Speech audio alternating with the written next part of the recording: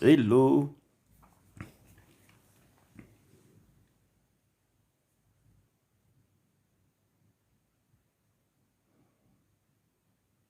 C'est un petit live rapide. Salut Franck.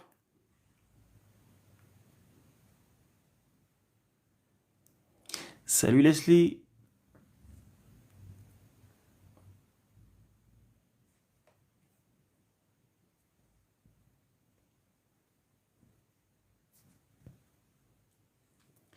On va discuter un peu vite fait de mon dernier post. J'avais trop hâte. Yes. T'avais trop hâte parce que t'as des questions, Leslie, ou t'avais juste hâte comme ça?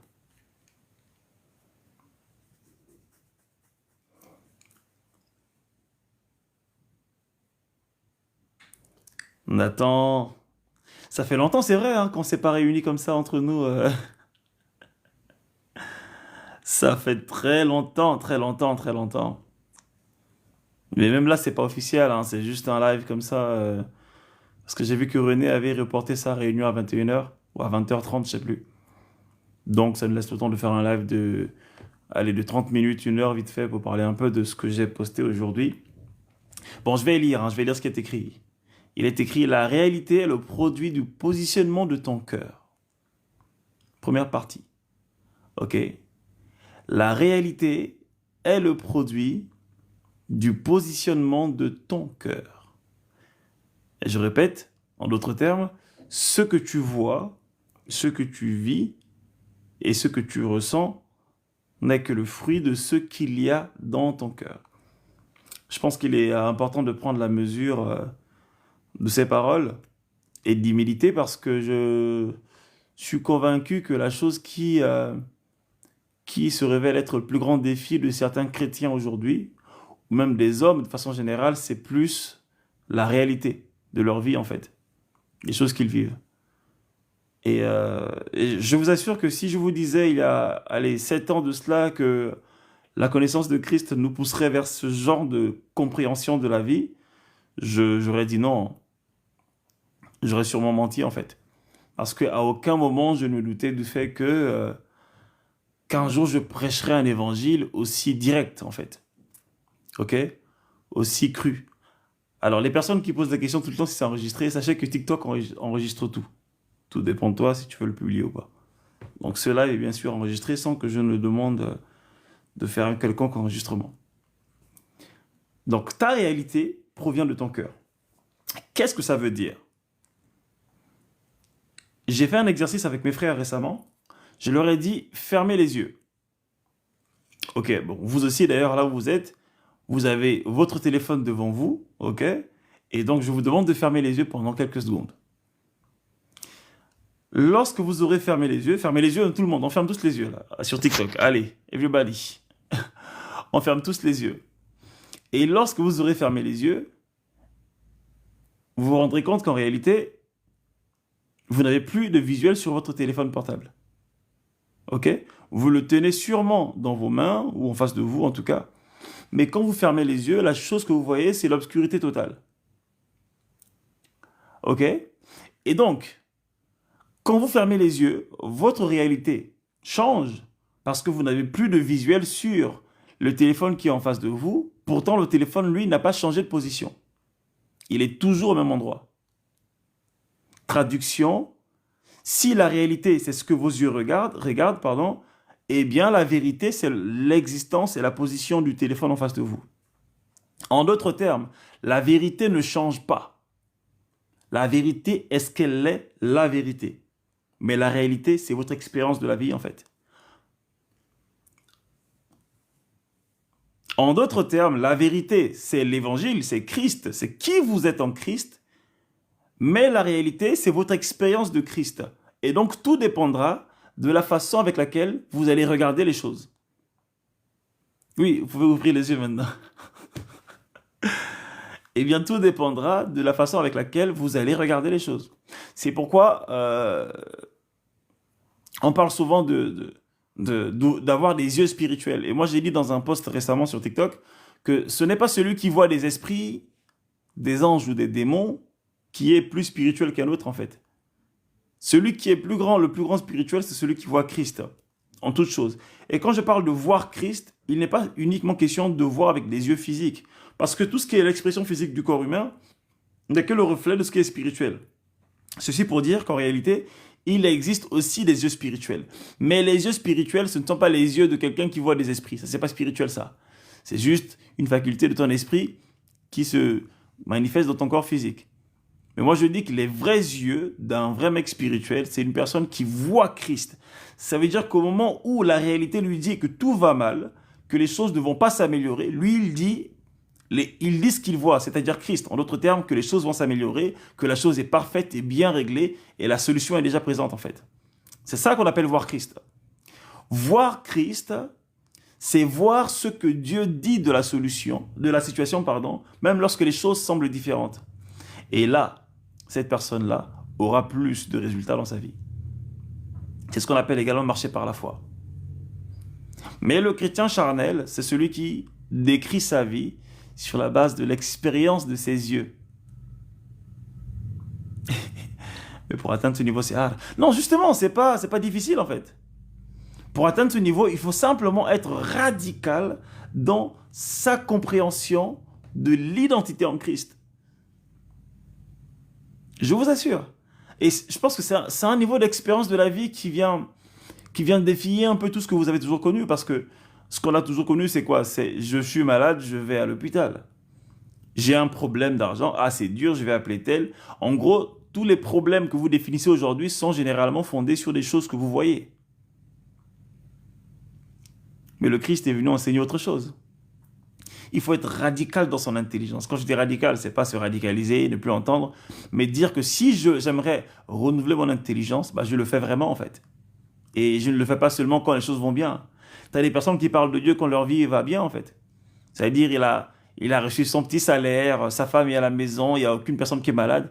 Ah là, il sera propice à parler de Dieu, à louer Dieu, etc.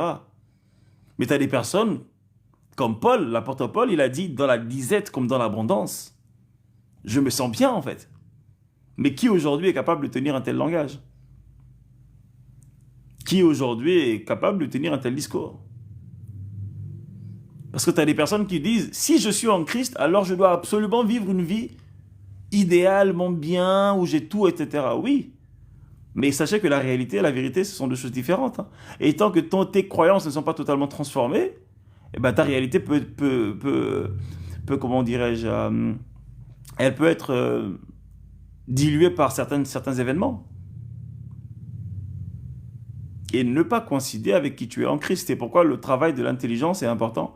Parce que la réalité trouve racine dans tes croyances. Écoutez bien, la réalité trouve racine dans tes croyances. Je vais prendre un exemple tout simple pour vous l'expliquer. S'il y a des personnes qui veulent monter, faites la demande, on va discuter ensemble. La réalité trouve racine dans tes croyances. Ok? Je suis marié à une femme, on a 2 enfants, tout se passe bien. Et du jour au lendemain, j'apprends que cette femme a un cancer ou une tumeur en phase presque terminale. Vraiment, c'est mal, c'est grave, etc. Quand je vais voir cette maladie avec mes yeux, je vais savoir, entendre ce que les gens vont dire, notamment les médecins, ce que les hommes vont dire, je vais me dire c'est très grave. Remarquez d'ailleurs que lorsqu'une personne est malade, les gens viennent vous voir, oui c'est grave, on va te rendre visite pour t'aider, pour te secourir, pour t'apporter un réconfort particulier, parce qu'ils estiment que le problème est très grave. Ok? Donc selon ta réalité, ce problème il est extrêmement grave, et c'est une situation malheureuse en fait. Bon, maintenant, transpose cette situation à l'échelle de Christ. Le Christ, qu'est-ce qu'il va dire? Il ne va pas dire, oui, non, mais c'est très grave, c'est vrai. Il va dire, hey, sortez d'ici. Laissez-moi seul avec la dame, en fait. Il va apporter la vie. Donc, pour lui, selon sa réalité à lui, le problème n'est pas grave parce que pour lui, la maladie a déjà été résolue. Ça veut dire qu'il va simplement se fonder sur qui il est pour apporter la solution parce qu'il sait qu'il a la possibilité de résoudre ce problème facilement. Mais pour celui qui ne connaît pas Christ, il va commencer à désespérer. C'est la raison pour laquelle vous comprendrez que parfois il y a des situations que vous venez raconter à des personnes. Vous voulez que la personne vous dise ou que la personne pleure avec vous en disant oui, c'est vrai que c'est grave. Mais la personne ne réagira pas forcément comme vous. Parce que selon la réalité de la personne, la situation n'est pas si grave que ça. Mais alors, qui définit l'échelle de la gravité? En quoi suis-je, comment dirais-je, qu'est-ce qui me permettrait de dire aujourd'hui qu'une situation est plus grave qu'une autre? Bah rien en fait. Car chaque situation, pardon, est relative à chaque personne. Comprenons par là que finalement, ce sont les croyances qui définissent la gravité ou pas d'une situation. En d'autres termes, ce sont nos croyances qui définissent notre réalité. Regardez le cas de Joseph dans la Bible. Joseph, il a été vendu par ses frères. Joseph a été vendu par ses frères. Il pouvait dire que là, c'est vraiment une situation bordélique, hein, en esclavage, exilé loin de sa famille. Pourtant, même dans cette situation-là, il a pu trouver le bonheur, en fait. La Bible dit de pleurer avec ceux qui pleurent. L'amour, c'est regarder à l'autre et non à soi. Non, c'est pas ça l'amour, ma sœur. L'amour, c'est regarder à Christ d'abord. Et quand je regarde à Christ, si l'autre est en malheur, j'apporte une solution si je peux le faire. Mais pourquoi est-ce que les gens pleurent? Posez-vous la question. Même dans la Bible, lorsqu'on voit le caractère de Jésus-Christ, lorsqu'il a pleuré une fois, les gens pensent qu'il a pleuré parce que Lazare était mort. Il n'a pas pleuré à cause de la mort de Lazare, hein. Moi, je préfère pleurer parce que j'ai vraiment beaucoup de compassion pour les gens. Et d'ailleurs, c'est la raison pour laquelle il a pleuré, Jésus-Christ. La compassion, pas parce que Lazare était mort, mais parce qu'il ne comprenait pas pourquoi Marthe n'arrivait pas à capter que Jésus-Christ était la résurrection et la vie, en fait. Il a été troublé par l'incrédulité des personnes autour de lui.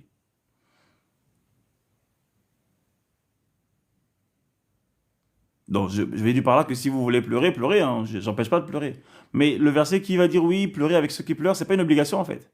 C'est juste pour montrer que soyez compatissants envers les gens. Je peux être compatissant envers toi, je peux avoir de la compassion envers toi, mais ne pas pleurer, en fait. Parce qu'il y a des personnes qui n'ont pas la larme facile. Donc, c'est pas pour autant qu'une personne pleure qu'elle est forcément avec toi. Tu vois ce que je veux dire? Il est important de prendre les versets bibliques et de les comprendre dans le contexte. Et je vous dis toujours, hein, mes frères et sœurs, la Bible, c'est pas un ensemble de commandements. Ce que je viens de dire là, ça semble anodin, mais à chaque fois qu'on va se connecter et parler de Christ, je vais toujours vous redire ça. Et lorsque vous allez lire un verset, vous allez désormais l'interpréter sur la base du fait que la Bible, ce n'est pas un ensemble de versets à respecter. La Bible, c'est un miroir. Un miroir qui vous montre qui vous êtes. Ok, qui ne vous dit pas de faire comme c'est, qui vous montre. Parce que la Bible, Dieu sait que l'homme ne peut pas changer de vie par l'obligation. Ça ne marche pas comme ça. Mais Dieu sait que s'il te montre qui tu es, bah, tu vas automatiquement reproduire ce que tu vois en fait.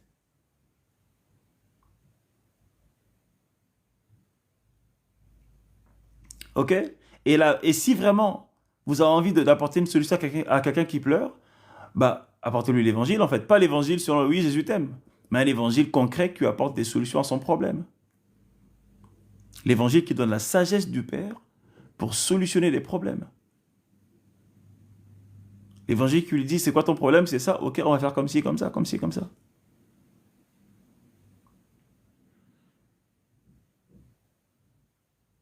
Oui, oui, tu as dit dans le contexte ce que j'ai dit juste avant, mais moi je parle du verset, moi. Je parle du verset de façon générale, parce que je ne sais même pas si c'est un verset d'ailleurs, je pense que c'est peut-être... je ne l'ai jamais lu, mais je pense que c'est sûrement un verset de la Bible, qui dit pleurer avec ceux... ou ayez de la compassion avec ceux qui pleurent, un truc comme ça. En plus, je crois que c'est peut-être Salomon qui l'a dit, hein, peut-être, on sait rien. Mais donc voilà. Bon, revenons sur le sujet de base. Parce que là, on va dévier sur le sujet de base, c'était la réalité. Parce que pour moi, j'estime que c'est un sujet important. Ok? C'est un sujet important. L'expérience de ta vie est d'abord le fruit de tes croyances.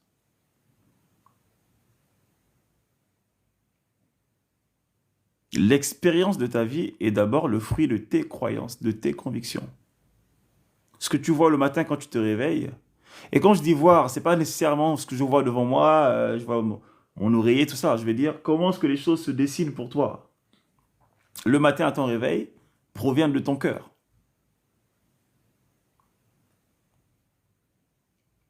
Qu'est-ce que tu gardes dans ton cœur? Quelle est l'image que tu as de toi? comment est-ce que tu te vois, comment est-ce que tu parles de toi en fait, comment est-ce que tu te considères. Sur l'échelle de la population, pour ceux qui sont en France, hein, la population française, comment est-ce que tu te vois? Est-ce que tu fais partie de la classe sociale, des plus riches, des plus pauvres? Est-ce que c'est la classe moyenne? Ça semble anodin, les amis, hein, mais je vous dis que toutes sortes de positions que vous allez adopter dans votre cœur, ces positions vont dessiner votre réalité. Est-ce que tu te vois chanceux, pas chanceux? Est-ce que tu te vois en Christ ou simplement un chrétien lambda qui fait sa vie, quoi?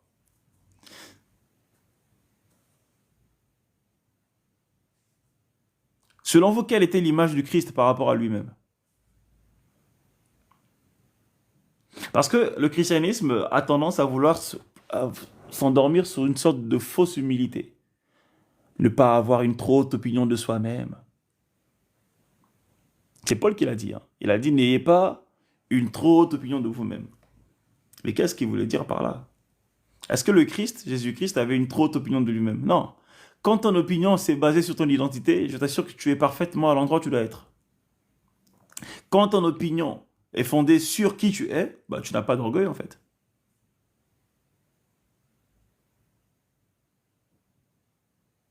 Et le Christ, il savait que son identité était tout. Il y a des personnes qui se disent, je prends un exemple tout simple. Il y a des personnes en France qui veulent faire des demandes de titres de séjour, par exemple. Ok, des papiers. Pas en France, hein, enfin à l'étranger en tout cas. Et qui se disent que oui, mais l'administration du pays est très compliquée. Ça veut dire que quand je vais faire ma demande, je vais sûrement être refusé. Parce que je sais qu'ils sont compliqués. Juste cette façon de penser-là montre que tu n'as pas une bonne considération de ton identité. Et c'est la raison pour laquelle ta réalité, bah, c'est quand tu vas aller devant l'administration, ils vont te dire non. Et tu vas dire, ah, vous avez vu, je savais. Écoutez, avant, je prêchais en partie que les circonstances arrivent à tout le monde. Et ça, c'est vrai par contre. Ok. Mais il faudrait que j'apporte une nuance importante. Je disais dans mes précédents lives que les circonstances, c'est comme le vent. Ça frappe sur tout le monde en fait. Mais par contre, celui qui est bien accroché en Christ peut vivre la circonstance d'une façon différente. Ça, c'est vrai. Mais aujourd'hui, j'apporte une nuance importante. En réalité, ce qui t'arrive est d'abord le fruit de tes croyances. Parce qu'on comprend que ce qui t'arrive, c'est ta réalité, hein. Les nouvelles que tu reçois, les situations que tu vis. Certains diront, mais ce sont des erreurs du passé qui ressurgissent, mais même le passé a été formé par quelque chose. Les croyances ne naissent pas au moment où tu comprends l'évangile, les croyances sont là dès ta naissance. À partir du moment où le fœtus devient un être vivant, je ne sais plus à quel moment, je crois que c'est quoi, 4 semaines, c'est ça? 2 mois peut-être. À quel moment un bébé devient un être vivant là? Pour certaines personnes, ils disent que c'est... je vais pas dire n'importe quoi, hein. 3 mois? Ah ouais, c'est quand même... C'est tard 3 mois, je trouve. D'accord. Avant 3 mois, c'est pas un bébé?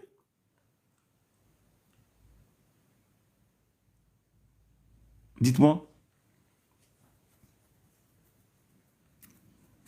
Avant 3 mois, c'est pas un enfant, d'accord. Ouais, bon. Je sais pas, mais moi je pensais que c'était plus que ça quand même. Enfin, témoin que ça. D'accord. Moi je pensais que c'était à l'échelle des semaines en fait, hein. Euh, à la conception. Bah, la conception a lieu quand exactement? Au bout d'une semaine? L'œuf se forme à quel moment? Parce que lorsque l'ovule est fécondé, c'est pas aussitôt que l'œuf se forme. Je crois qu'il y a un temps de formation. Ouais, bon, là on sort du sujet encore une fois, mais c'est juste pour savoir. En tout cas, voilà, je voulais dire qu'à partir du moment où tu deviens un être vivant dans le ventre de ta mère, tes croyances sont déjà formées. Enfin, elles commencent à se produire en fait. Et elles se forment avec quoi? Bah, avec les informations que reçoit ta mère. En d'autres termes, tes croyances sont également formées par les croyances de ta mère en fait. Parce que la maman, c'est l'être, on va dire, la plus proche de son enfant. C'est la raison pour laquelle certaines personnes vous diront, quand t'es maman, ne parle pas mal, n'insulte pas. Les gens diront simplement, oui, bois pas d'alcool, tout ça, ne fume pas. Parce qu'il y a des conséquences d'un point de vue biologique, qui sont vraies. Mais il y a aussi des conséquences d'un point de vue spirituel, notamment à l'échelle des croyances. La façon avec laquelle une mère va considérer sa grossesse va influencer sur les croyances de la personne qui va naître. Donc, si les croyances de la maman sont formées par son environnement, ses paroles, sa nationalité, son origine, tout ça, ce qu'elle mange, ce qu'elle boit, ses parents à elle, l'environnement dans lequel elle grandit, elle vit, tout ça, bah, toutes ces choses-là seront des facteurs pour la formation des croyances du nouveau-né, en fait. C'est pourquoi lorsque l'enfant va naître, il va naître avec une partie des croyances de sa mère et aussi de son père. Si le père est là, bah, le père va parler avec la mère, ils vont échanger, l'enfant va entendre toutes les paroles. Et toutes ces choses-là vont rentrer dans le subconscient de l'enfant, vont aller s'asseoir dans le cœur de l'enfant pour former la base de sa vie, en fait, qu'on appelle les croyances. Et la réalité de cet enfant-là sera définie sur la base de toutes ces choses.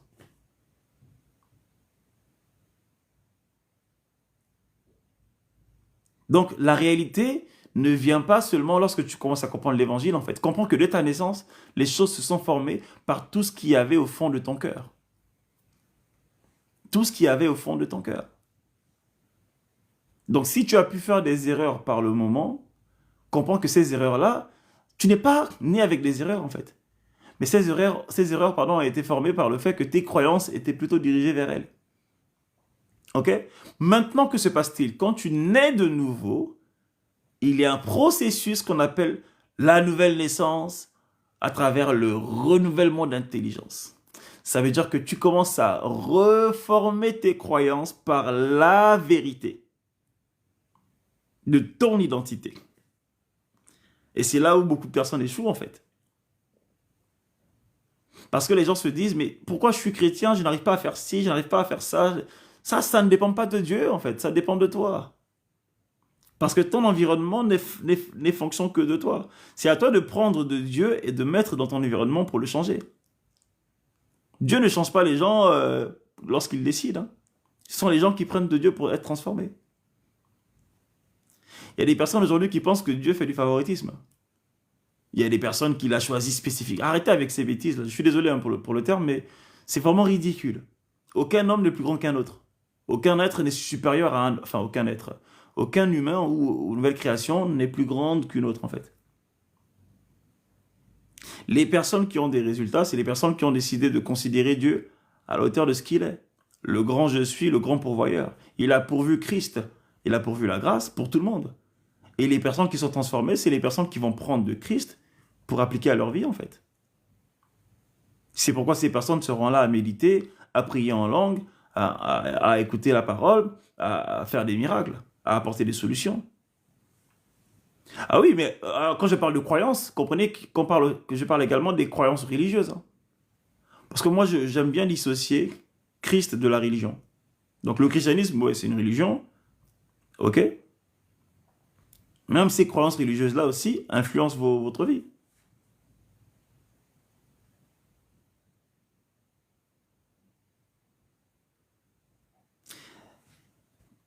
J'ai une question. Donc, même si nous sommes morts et ressuscités avec Christ, bah oui, bien sûr, mon frère. Bien sûr. Et si vous saviez ce que la nouvelle création est censée vivre, vous serez choqués. Aujourd'hui, de ce que je connais en tout cas, le chrétien ne vit même pas 10% de ce qu'il devrait vivre en fait sur cette terre. Et je ne parle même pas de ce qui va arriver après le corps glorifié, tout ça, juste actuellement. Même pas 10%. Il y a des chrétiens qui vivent même pas 1%. Hein. Pour eux, ils vont à l'église simplement et puis c'est parfait. On va à l'église, on est pardonné pour nos péchés, le pasteur prêche. Moi, je ne comprends pas. Donc, il y a des personnes, quand vous partez dans les assemblées, le pasteur prie pour vous. Il vous donne la bénédiction. Vous en faites quoi, en fait? Pour vous, la bénédiction, elle est juste olé olé, quoi. C'est un truc qu'on ne voit pas, on espère que c'est là. Moi, si tu imposes les mains sur ma tête, c'est pas pour rien. Il faut que tu me dises ce que tu as fait et que je vois cette chose arriver, en fait. Vous voyez? Donc, tout aussi, c'est aussi un positionnement qui est là. Que doit vivre la nouvelle création? La nouvelle création doit vivre quoi, en fait? La nouvelle création doit vivre Christ pleinement. En d'autres termes, tout ce que tu penses de Jésus-Christ, c'est ce que la nouvelle création doit vivre.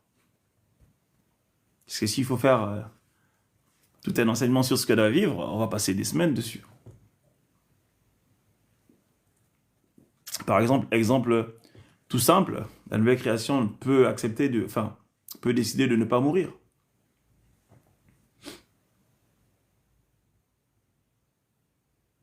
Mais aujourd'hui, tout le monde, il y a tout le monde qui crève, quoi.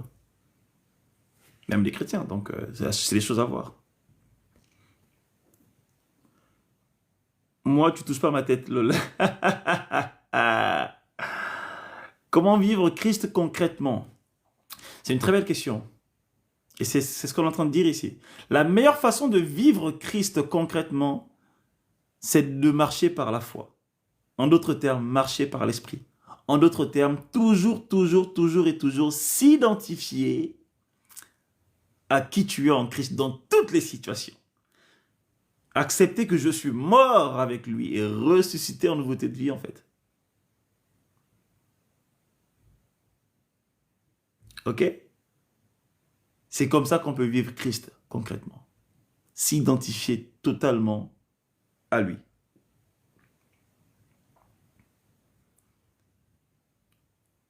Mon frère qui parle de accepter de ne pas mourir. Je te conseille de lire Marc 11, je crois.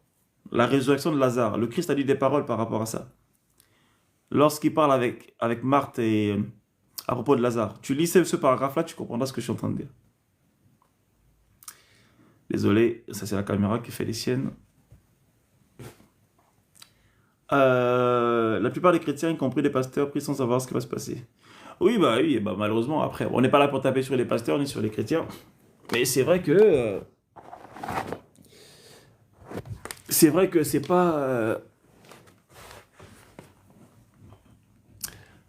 Désolé, je sais pas ce qui se passe là. J'avais un téléphone qui était bien avant, mais je l'ai fait tomber, donc... Maintenant, j'ai un téléphone qui est pas ouf, hein.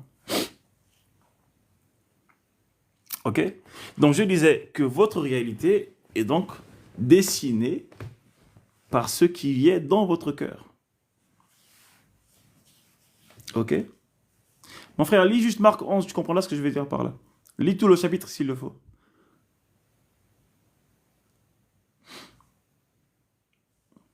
Tu lis Marc 11, l'histoire de Lazare, tu la trouves sur la Bible, la référence. La référence, moi, je ne l'ai pas exactement. Je crois que c'est Marc 11, 25, un truc comme ça. Mais tu lis quelques versets avant et je pense que tu tomberas sur ce qu'il dit à propos de la mort. Et tu comprendras que c'est en fait ce que je dis là, que la nouvelle création n'est pas censée mourir. Mardo, Dieu ne change pas, mais pourquoi dans l'Ancien Testament on a l'impression qu'il est sévère et puni?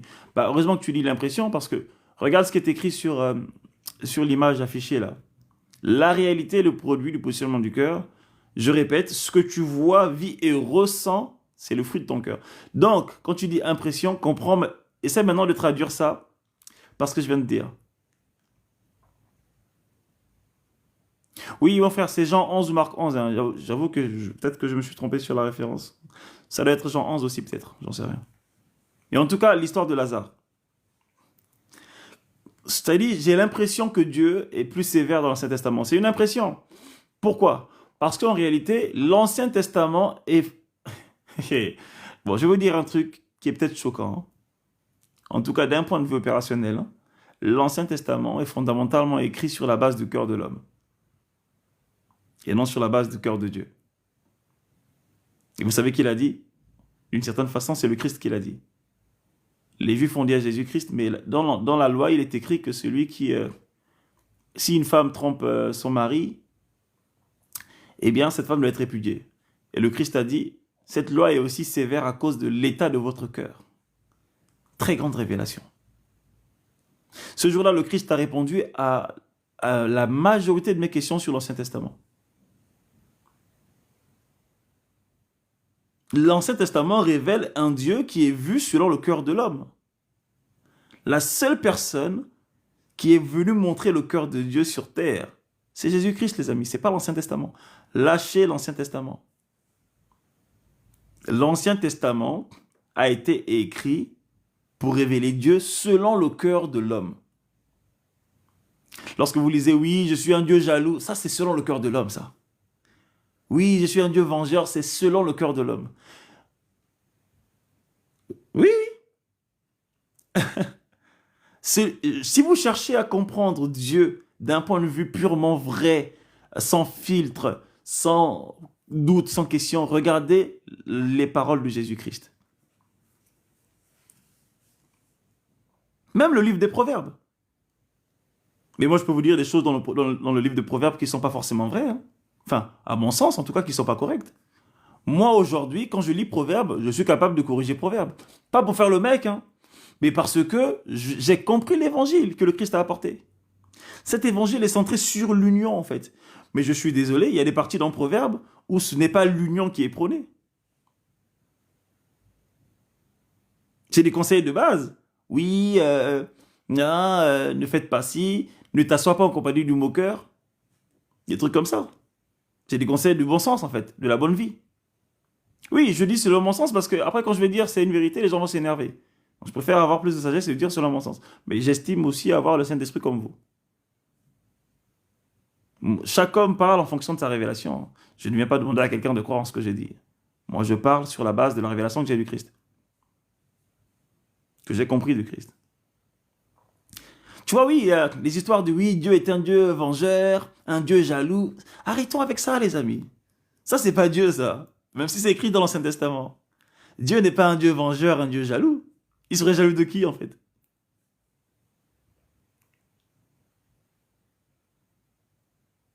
Non, il n'y a pas de jalousie en Dieu. Si du moins la jalousie, comme on la comprend. Et même effectivement, pour le coup, même les traductions, parfois ça laisse à désirer. Tu as les traductions de l'Ancien Testament qui sont graves. Tu dis, il a vraiment dit ça en français, c'est sûr que c'est ça. Et aujourd'hui, tu évites les problèmes. Ah oui, mon frère, hein. Comme qui dirait un proverbe mondain, il n'y a que les imbéciles qui n'évitent pas qui n'apprennent pas de leurs erreurs, hein. C'est pas qu'avant j'ai fait des erreurs, mais je trouve que parfois, quand tu peux éviter un conflit, il faut le faire. Moi, quand je peux éviter un conflit, je le fais, hein. J'ai pas envie de me frotter à tous les fous de TikTok qui vont reprendre mes lives pour dire, regardez, c'est ce qu'il a dit, l'antéchrist. Un jour, on m'a traité d'antéchrist parce que j'ai simplement dit que j'étais le Christ. Parce que j'ai dit tel il est, tel je suis. Voilà, moi, je veux plus me mélanger à ça, là. J'ai plus le temps pour ça. Vous voyez? Mais l'Ancien Testament est majoritairement écrit, je suis désolé, hein, sur la base du cœur de l'homme. Ça me rappelle une histoire. Vous connaissez l'histoire de... L'histoire... Valérie qui dit... Non, Valérie, franchement, je te promets que je n'exagère même pas. Sur TikTok, il y a trop de gens compliqués. Est-ce que vous vous rappelez de l'histoire de Job? Et vous savez que cette histoire, elle m'a toujours fait rire parce que dans le livre de Job, et c'est un débat qui a toujours fait... Enfin, c'est un sujet qui a toujours fait débat. Dans le livre de Job, il y a une partie, au premier chapitre, il dit, un jour, les fils de Dieu se sont réunis et Satan est venu au milieu d'eux et a dit, oui, est-ce que tu as vu mon serviteur Job, tout ça, tout ça, tout ça. Enfin, Dieu a dit à Satan, est-ce que tu as vu mon serviteur Job? Enfin, cette histoire-là. Et toute l'assemblée chrétienne s'est réunie pour débattre. Est-ce que Satan peut se tenir en présence de Dieu comme ça? Est-ce que vous avez déjà entendu cette histoire-là ou pas? Moi, je l'ai entendu plusieurs fois. Un débat comme ça. Est-ce que Satan peut se tenir en présence de Dieu comme ça sans que Dieu ne lui fasse rien? Il y a des personnes qui pensent vraiment que Dieu est là pour chercher Satan pour casser la gueule, quoi. D'un côté, il y a ces personnes-là, et de l'autre côté, il y a des personnes qui se disent c'est impossible que Dieu, dans sa splendeur, dans sa pureté, que le diable soit à côté de lui. Là n'est pas le débat. On s'en fout, en fait. Ok? On s'en fout, c'est pas la question. Donc il y a des personnes qui ont dit, est-ce que Satan peut se tenir auprès de Dieu comme ça? Et un jour, il y a une sœur qui m'a dit, mais Mardo, là, c'est pas le débat, en fait, parce que dans tous les cas, celui qui a écrit le livre de Job, c'est pas Dieu non plus, hein. J'ai dit, ah, c'est vrai? Elle me dit, non, non, non. Elle me dit, celui qui a écrit le livre de Job, c'est Job lui-même. Il a écrit à quel moment? Il n'a pas écrit au moment où il vivait la maladie, tout ça. Il ne l'a pas écrit non plus au moment où il était en train de se faire tenter par le diable. Il l'a écrit après son rétablissement. Ça veut dire que Job a traduit son histoire sur la base de ce qu'il pensait, en fait. Donc ça veut dire que toute l'histoire de Job, enfin, du moins au début, lorsqu'il parle du fait que Satan est venu au milieu des fils de Dieu, tout ça, Bah, c'est la pensée de Job. C'est dans la tête de Job. Parce que comment Job pouvait-il écrire son histoire avant qu'elle n'ait commencé?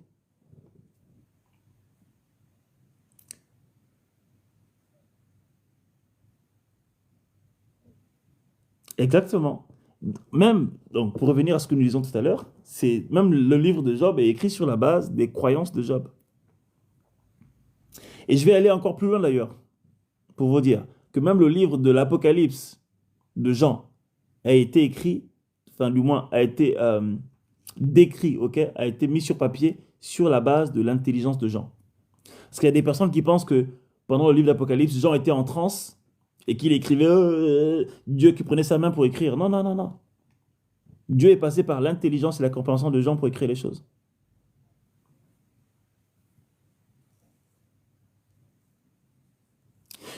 Tous les livres des Écritures sont inspirés de Dieu, comme le dit la Bible elle-même, c'est vrai. Mais comprenez une chose, les amis. Regardez bien ce que je vais dire. Si je vous donne une information, supposons que je raconte une histoire. Aujourd'hui, je suis allé au marché, j'ai acheté des patates, et ensuite je suis allé à Carrefour pour acheter du concombre, il n'y en avait pas, du coup je suis rentré. Fin de l'histoire. Je vous assure que cette histoire, si je vous la raconte comme ça, je la raconte à Valérie. Ensuite, Valérie le dira à Virgile. Virgile dira à Donatien. Franck Donatien. Après, Franck dira à Elisabeth. Elisabeth dira à Nathanaël, etc., etc. L'histoire va se déformer, en fait, parce que l'information sera perdue lorsqu'elle est transmise. Et c'est pareil pour les apôtres et les prophètes. Lorsque Dieu va donner une information à quelqu'un, cette information va passer par un micro-ondes qu'on appelle l'intelligence. C'est l'intelligence qui va définir de comment est-ce que l'information sera transmise. C'est la raison pour laquelle dans le livre de l'Apocalypse, il y a des choses que Jean n'arrive pas à traduire. Il dit, je vois comme si c'était une étoile, je vois comme un dragon, je vois comme ceci, comme cela. Il ne sait pas ce que c'est. Exactement. Mais pourquoi vous n'appliquez pas ce principe-là à la Bible, en fait? C'est pourquoi je vous dis que l'évangile, ce n'est pas les Écritures. L'évangile, c'est la compréhension de l'œuvre de la croix traduite dans votre intelligence.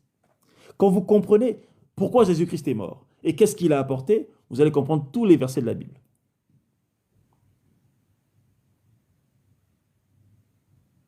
Ah oui, si vous voulez avoir une meilleure interprétation des versets de la Bible, interprétez-les toujours sur la base de l'œuvre de la croix. Toujours.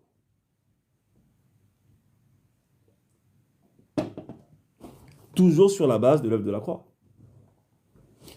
Pourquoi? Parce que l'œuvre de la croix, c'est le baromètre en fait.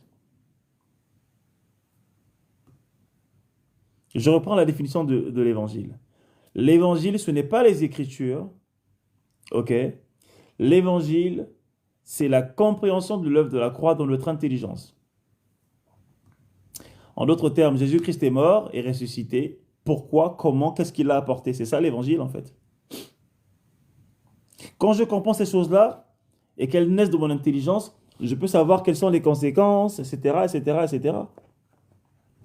Aujourd'hui, si tu poses la question à un chrétien, tu lui dis c'est quoi l'évangile? Il va te dire Jésus-Christ est mort pour mes péchés.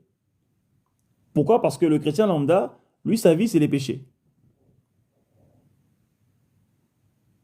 Lui, sa vie, c'est que les péchés. Oui, j'ai péché, Seigneur, pardonne-moi. Pourquoi? Parce que l'homme, fondamentalement, c'est un être qui culpabilise tout le temps. D'ailleurs, déjà, il pense qu'il ne mérite rien. Ok? L'homme, pour lui, il ne mérite rien. L'homme, il culpabilise, il estime qu'il n'est pas comme Dieu. Donc Dieu est là-haut, lui, il est en bas. Et il doit tout faire pour se rapprocher de Dieu, en fait. Ça, ce n'est pas l'évangile.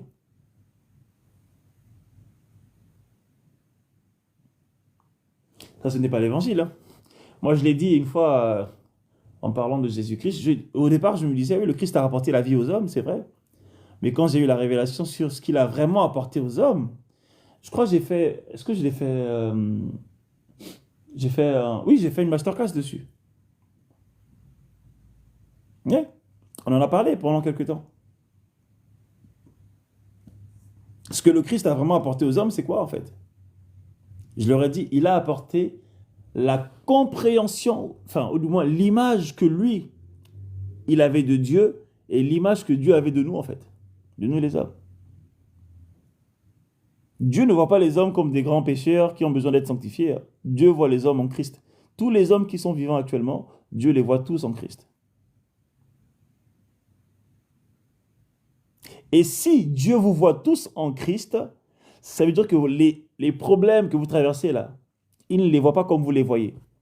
Lorsque vous criez en disant c'est un grand problème, lui il dit non, non, moi je n'ai pas de grand problème, donc toi non plus tu n'as pas de grand problème. Parce qu'il vous voit à son image, à sa ressemblance. Oh, est-ce que ce que je viens de dire là, ça parle à quelqu'un? Parce que moi ça me parle, moi. Ça me parle en fait. Les amis, si vous voulez transformer votre vie, commencez par changer votre positionnement. Déjà par rapport à vous-même et aussi par rapport à Dieu.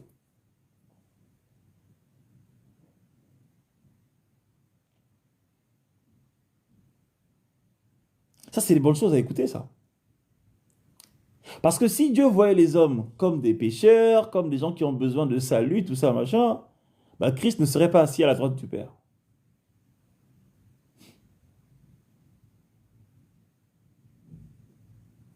Pour Dieu, la justice a déjà été établie, hein. Pour Dieu, les hommes sont déjà justifiés parce que Christ est mort et ressuscité. Donc, si tu es justifié, tu n'es plus obligé de vivre les conséquences de tes erreurs du passé, en fait. Les liens familiaux, tout ça, là. Oui, mon père a fait un pacte avec telle personne, avec telle entité. Ça, c'est plus d'actualité.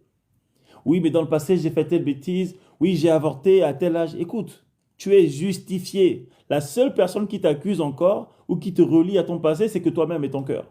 Et quand tu acceptes ta justification, ta position de justice, il n'y a plus ces choses-là. Moi, très longtemps, pendant très longtemps, je me suis toujours identifié à mes erreurs du passé. Ok? Pendant très longtemps, je m'identifiais à mes erreurs du passé. Et un jour, je me rappelle, c'était en 2019, je crois. En 2019, j'ai écrit à mon frère, mon grand frère qui m'a fait comprendre l'évangile. Je lui ai dit, mais j'ai l'impression que mon passé me poursuit en fait. Les erreurs que j'ai faites par manque de sagesse, etc., bah, elles ressurgissent et j'ai l'impression que je vis ça. Il m'a dit, cesse de t'identifier à ton passé. Et il a raison. Tu n'es pas ton passé et tu n'es pas ton expérience non plus. Tu n'es pas défini par ce que tu as vécu dans la vie, en fait. Tu n'es pas défini par tes expériences, bonnes ou mauvaises. L'homme est un être unique et très grand d'ailleurs. Il ne peut pas se- comment dire, s'amoindrir à ses expériences ou à son passé.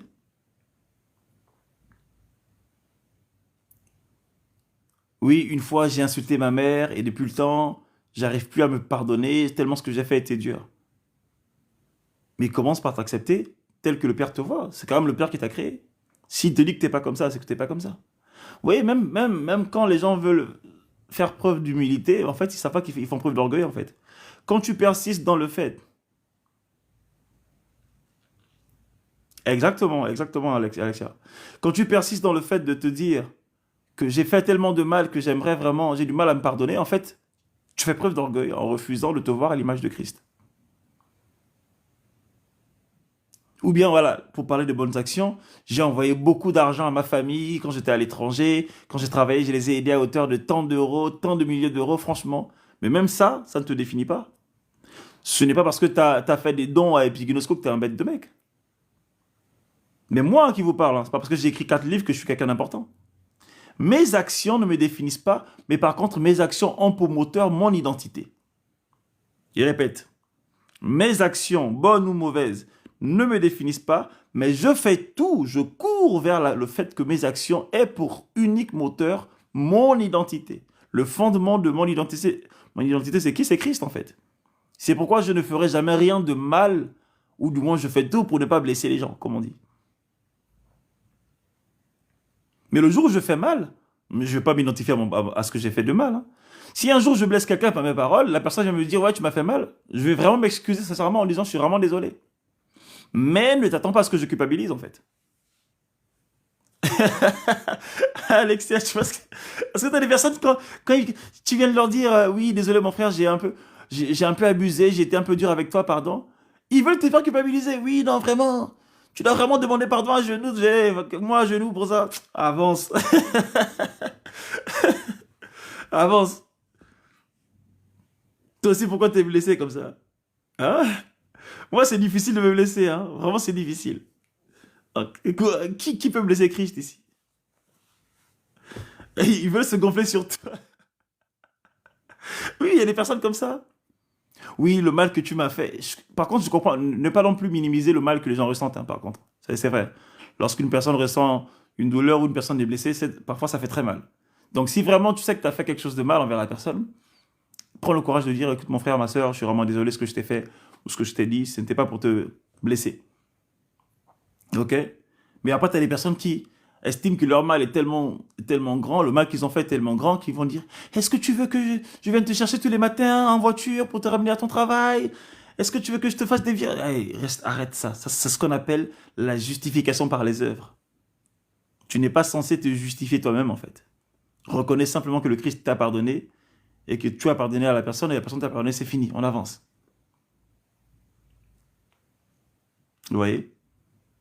Donc les bonnes actions comme les mauvaises actions ne te définissent pas.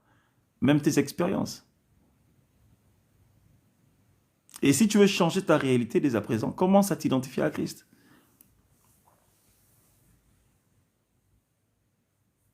Commence à t'identifier. Et il y a des situations tellement difficiles, parfois tu te dis, mais comment est-ce qu'on gère ça en fait?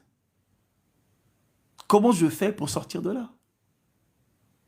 Complicated, comme on dit. Vraiment, vraiment, vraiment difficile. Comment je fais? Mais quand tu réalises qu'au-delà de tout ce que tu peux ressentir, au-delà de tout ce que tu peux voir, au-delà de tout ce que tu peux expérimenter, ton identité en Christ ne change pas, et bien tu vas commencer à agir sur la base de qui tu es. Ça veut dire, et cette conscience va apporter quoi? Ben déjà le fait de ne pas s'inquiéter, et la sagesse pour poser les bonnes actions, pour dire les bonnes paroles, pour parler les bonnes choses, pour poser les actions correctes en fait, pour avoir le bon comportement. Vous n'avez pas remarqué que lorsque les choses semblent vous envahir, que voilà, les problèmes viennent de tout part, même votre positionnement est compliqué, vous n'avez pas remarqué que à ce moment-là, quand vous priez en langue juste 1 heure par exemple, c'est comme si vous retrouviez le chemin en fait. Vous n'avez pas remarqué? Moi ça m'arrivait, enfin avant, ça m'arrivait tout le temps. Quand j'étais un peu bouleversé parce que ce que ma famille a dit, mes parents ont dit, quand je prie simplement en langue, c'est comme si mon être entier se reforme, se reconstruit autour de mon identité. Et là, je reprends confiance. Et là, j'avance. Ou bien parfois, c'est même juste le fait d'échanger avec un frère qui est assis dans la connaissance de Christ. Tu étais déprimé, tu étais là vraiment, vraiment assis, fatigué, déprimé, tout ça. Et juste le fait d'échanger avec un frère qui, qui parle de Christ, tout d'un coup, ça fait du bien. J'ai la force pour repartir le plus belle. Vous voyez? C'est parce que l'identité, c'est la clé de votre épanouissement. Votre identité, c'est la clé de votre épanouissement. Le ressenti dans le cœur révèle notre foi lorsqu'on sent du doute.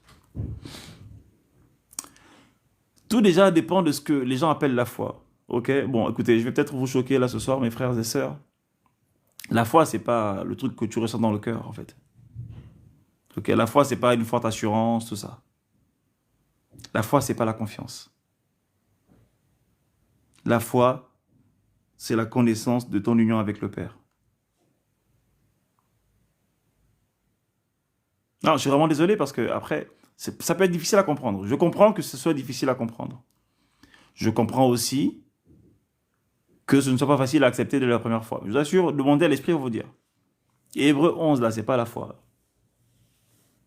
La foi, c'est la connaissance de ton union avec le Père. La foi, c'est l'œuvre de la croix. En fait, la foi, c'est tout ce qui entoure la croix, c'est-à-dire l'union, la connaissance de Christ, tout ça. Avant, pour certaines personnes, la foi, c'était oui, je crois, je crois, je crois. Non, non. Aujourd'hui, la foi, c'est pas je crois. La foi, c'est qui je suis. Et j'agis sur la base de qui je suis. Et non plus sur la base d'une espérance dans le Père, en fait. Donc, ce que tu ressens dans ton cœur, c'est juste l'ignorance de ton identité qui se manifeste.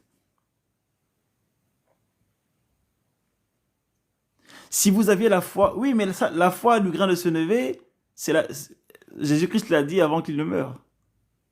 Ok?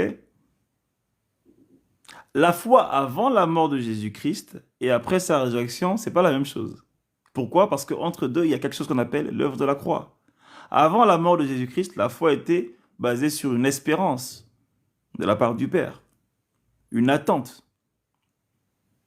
de la part du Père. Qu'est-ce qu'il va faire? Si vous avez la foi comme un grain de sénévé, et voilà, si vous avez une petite connaissance de qui vous êtes, de ce que vous pouvez faire, vous aurez dit ça, si ça. Mais aujourd'hui, Christ est mort et ressuscité.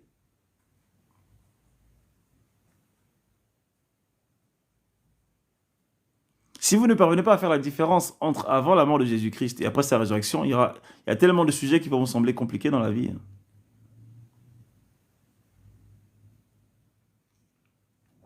Tu vois, mon frère Solano, effectivement, tu vois, tu dis, mes ressentis viennent, mais même moi, hein, enfin, tout le monde en fait. Je vous assure que lorsque vous passez une semaine sans méditer sur qui vous êtes, tout ce qui vous arrive, vous vous dites, mais qu'est-ce qui se passe? Vous commencez à avoir des craintes, des peurs, vous avez des flemmes bizarres, ah, j'ai la flemme, ah, j'ai plus envie, juste parce que vous avez cessé de parler de qui vous êtes en Christ. Mais quand vous revenez vers votre identité, là, ça remonte, là. Ça repart de plus belle. Et vous remarquerez même d'ailleurs que lorsque vous revenez et que vous vous recentrez sur qui vous êtes en Christ, même les décisions que vous prenez sont les décisions idéales. Mais il est important, comme dit Alice là tout de suite, de renouveler son intelligence. La première étape pour renouveler votre intelligence, c'est de comprendre les Écritures. Parce que ce qui peut être votre édification, c'est aussi parfois votre plus gros obstacle, notamment la Bible. Vous ne le savez pas, mais la Bible, c'est l'un des obstacles les plus gros des chrétiens. Et pourtant, c'est la Bible qui est censée leur donner une connaissance de Dieu. Mais la Bible est l'un des plus gros obstacles des chrétiens. Pourquoi? Parce que ils ne le comprennent pas. Apprenons à faire la différence. Si vous ne parvenez pas à faire la différence entre l'Ancien Testament, le Nouveau Testament, et quelles sont les choses qui ont changé entre les deux, commandez Epiginoscotum 1, venez me voir en DM, je vais commander, on va lire ensemble, posez-moi vos questions. Sur WhatsApp, j'ai près de 1000 numéros. Parfois, j'ai même pas enregistré. Des gens qui posent des questions comme ça, comme ça, comme ça, comme ça, comme ça. Parce qu'il est important de comprendre. Avant la mort de Jésus-Christ, les choses sont totalement différentes. Il est le seul Fils de Dieu, même Jean va le dire, hein. Car Dieu a tant aimé le monde qu'il a donné son Fils unique. Il dit son Fils unique parce que ce monsieur était tout seul.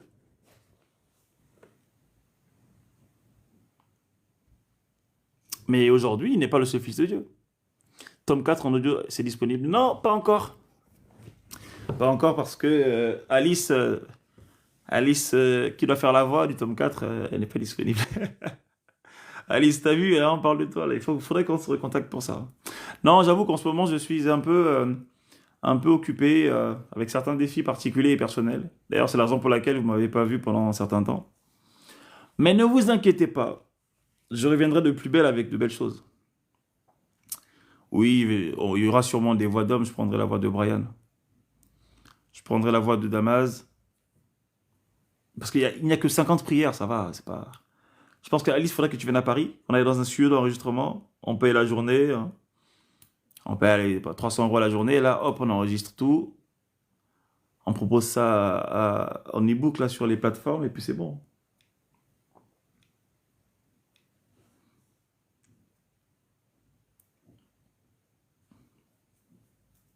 Bon, est-ce qu'il y a des personnes qui ont des questions par rapport à ce on a dit tout à l'heure? On a encore du temps, on peut discuter. Est-ce qu'il y a des personnes qui aimeraient monter pour poser des questions ou raconter des expériences ou des témoignages aussi, hein? D'ailleurs, en parlant de témoignages, je ne sais pas si vous avez vu mon post là sur ça. Le témoignage, ce n'est pas quand quelqu'un vient dire j'ai fait ci, j'ai eu ça, amen, amen. Ça, c'est pas le témoignage. Ok? Ça, c'est la conséquence du témoignage. En réalité, les amis, le témoignage, c'est dans le fait de vivre l'expérience de la révélation sur ta situation. Parce qu'il y a des personnes qui pensent vraiment que la vie physique, là, c'est ça la réalité. Écoutez, la vie physique, c'est pas la réalité, hein. La vie physique, la vie matérielle, n'est pas plus vraie ou réelle que la vie spirituelle. Ça veut dire que le petit problème que tu vis là, en réalité, c'est une illusion, on va dire.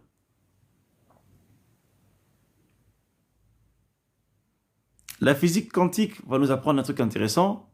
La physique quantique va dire que dans le monde, toutes les possibilités existent à la fois. Je répondrai aux questions tout à l'heure, hein. Ok? La physique quantique va dire que dans le monde, toutes les possibilités existent à la fois dans toutes les situations. Est-ce qu'il y a des personnes qui connaissent l'expérience du chat de Schrödinger? Bref, ce monsieur-là, Schrödinger, je crois. Schrödinger, Seigneur. Schrödinger. Bon, bref, vous connaissez ce monsieur-là. Ok? Ou bien l'expérience des assiettes, des casseroles de l'assiette de Schrödinger. En gros, c'est dans une armoire et l'assiette est en position de se renverser, de tomber. Mais à cause du fait que c'est bloqué dans l'armoire, bah, ça ne se casse pas, ça ne tombe pas. Mais effectivement, si j'ouvre l'armoire, bah, l'assiette tombe et se casse. Exactement. Pareil pour l'expérience du chat. Donc elle dit que finalement, dans chaque situation, en réalité, en physique quantique, les choses sont dans toutes les positions à la fois. Mais la physique quantique est limitée en fait. Parce qu'elle n'a pas compris Christ encore. Pas, en tout cas, du moins pas dans sa totalité. Parce que ça, Christ l'a montré aux hommes. C'est ce qu'on appelle la réalité du monde spirituel. Dans le monde spirituel, il n'y a pas de notion de temps. Il n'y a pas de notion d'espace. Ok? Et la première personne qui a commencé à en parler un peu, c'est Einstein en parlant de la théorie de la relativité. Ok? En montrant que le temps peut se dilater, peut se contracter, tout ça, et que tout ça n'est que très subjectif. Donc lorsque vous vous rendez compte que même le temps, l'espace, ce sont des aspects subjectifs de la vie, ben vous vous posez la question, mais quel est vraiment le vrai sens de la vie et quelle est sa vraie réalité en fait? Moi, un jour, j'ai posé une question à un frère. Bon, on discutait, je lui ai dit, tu penses vraiment que le présent existe? Il m'a dit, oui, on va capter l'instant présent, parce qu'on était en train de manger. Ok? On mangeait et il m'a dit, je vais prendre une photo. On était à la plage. J'ai dit, tu prends une photo pourquoi? Il m'a dit, pour capter l'instant présent. J'ai dit, ok. Et là, je me suis mis à réfléchir, j'ai dit, t'es sûr que l'instant présent, ça existe? Il m'a dit, oui, bah oui, tu prends une photo, ça bloque le temps, voilà. J'ai dit, même ça, c'est pas vraiment vrai, parce que le temps, le présent en soi n'existe pas vraiment, quoi. Parce qu'au moment où tu penses au présent, il est déjà passé, en fait. Et c'est là où l'esprit m'a dit, en réalité, le présent, c'est ce qu'on appelle l'éternité. Ah, j'ai dit, comment ça? Il m'a dit, Monsieur Ndouna, lorsque j'ai dit à Moïse que si Pharaon demande qui t'envoie et que tu dois répondre, je suis celui qui suis, j'ai tout compris. Il a dit, je suis celui qui suis.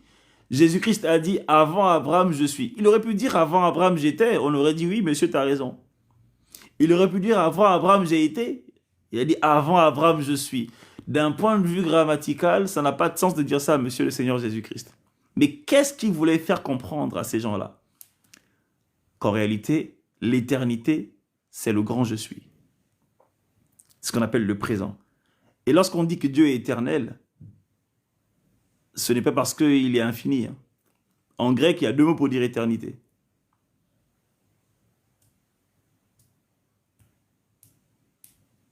Quand on parle de vie éternelle, il y a la vie sauvée et la vie éternelle qui est un autre terme.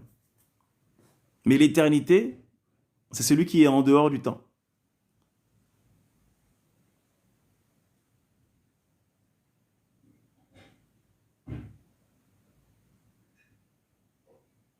Parce que lorsqu'il dit avant Abraham je suis, en fait, ça veut dire qu'il s'extrait du temps. Il n'est pas dans le temps. Il n'en fait pas partie. Et heureusement d'ailleurs, même les scientifiques vous diront que le créateur doit forcément être à l'extérieur de la création pour être défini comme le créateur. C'est pourquoi les gens qui vont dire, est-ce que Dieu existe? Non, Dieu n'existe pas, parce que tout ce qui existe a été créé. Dieu est. Ça parle plus en fait. Si tu dis Dieu existe, bah, ça veut dire que quelqu'un a créé Dieu. Mais la notion même de Dieu, c'est une notion qui dépasse tout entendement humain, en fait. Et le facteur temps, le facteur réalité, le facteur matériel, toutes ces choses-là ont été mises en place pour l'expérience de la vie de l'homme sur Terre.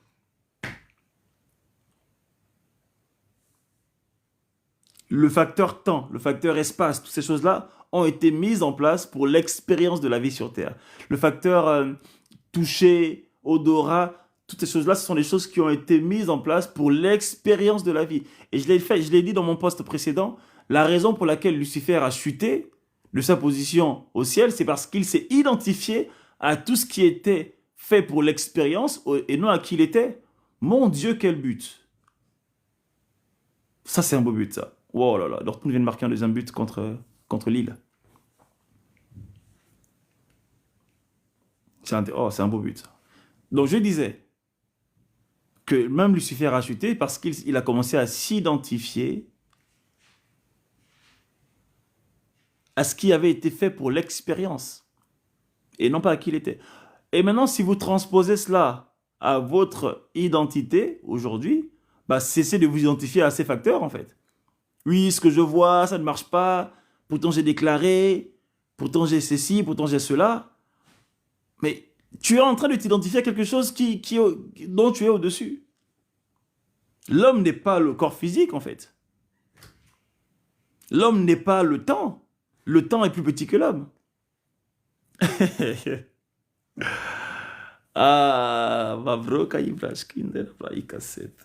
L'homme est plus grand que le temps.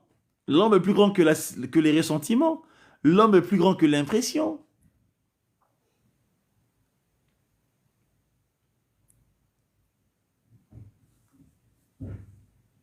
L'expérience, c'est qui? L'expérience, c'est ce que tu vis, quoi. C'est ta réalité, en fait. Mais l'homme, tu es plus grand que l'expérience.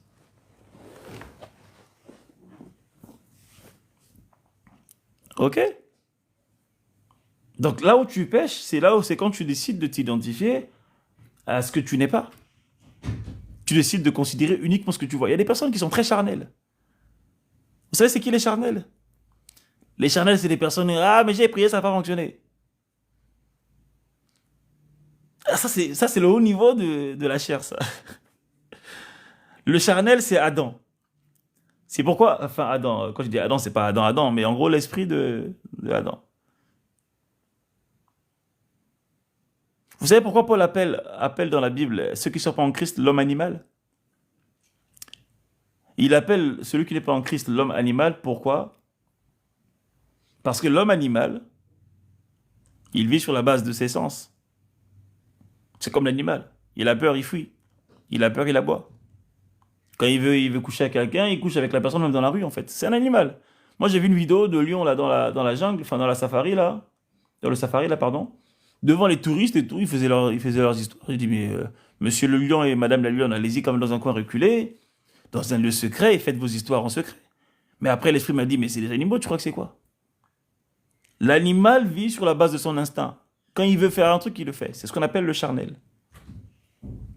C'est pourquoi Paul appelle celui qui n'est pas en Christ l'homme animal. Mais il appelle celui qui est en Christ l'homme spirituel. Pourquoi? Parce que l'homme spirituel, il comprend qu'il n'est pas dépendant de ses sens. Il n'est pas dépendant de ses ressentiments. Pour lui, il n'est pas un esclave de ce qu'il vit, en fait. C'est pourquoi le Christ a dit que personne ne dise « je suis malade ». Parce que l'homme spirituel n'est pas censé être malade.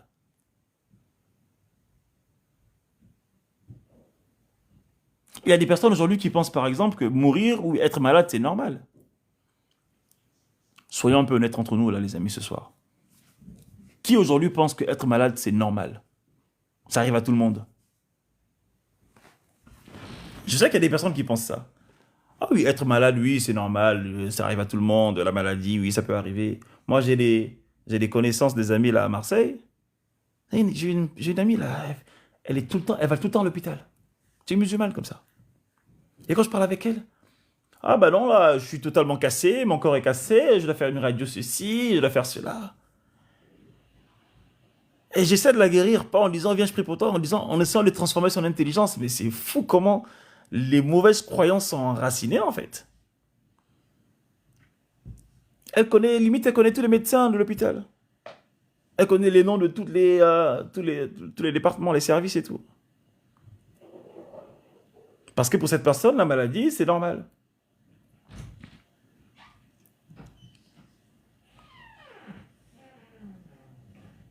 L'homme n'est pas censé vivre sur la base de ses sens. Mais les sens sont là pour apprécier la vie d'ailleurs.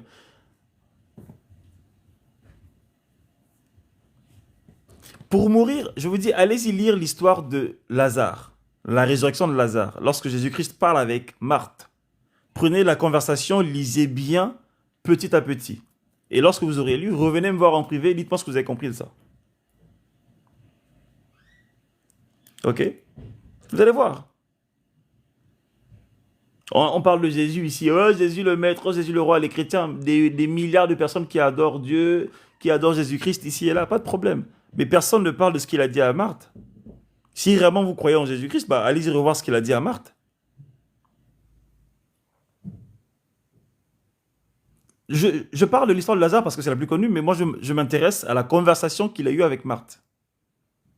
Quand vous lisez la conversation, il y a un truc qui, si vous n'avez jamais compris ça, qui doit vous choquer.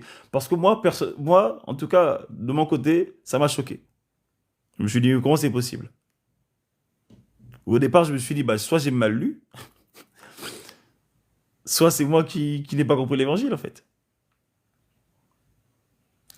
Les gens disent, non, mais c'est pas cette mort-là, c'est la mort. Arrêtez, lisez les mots grecs, lisez les mots originaux, en fait. Vous allez voir de quoi il parle.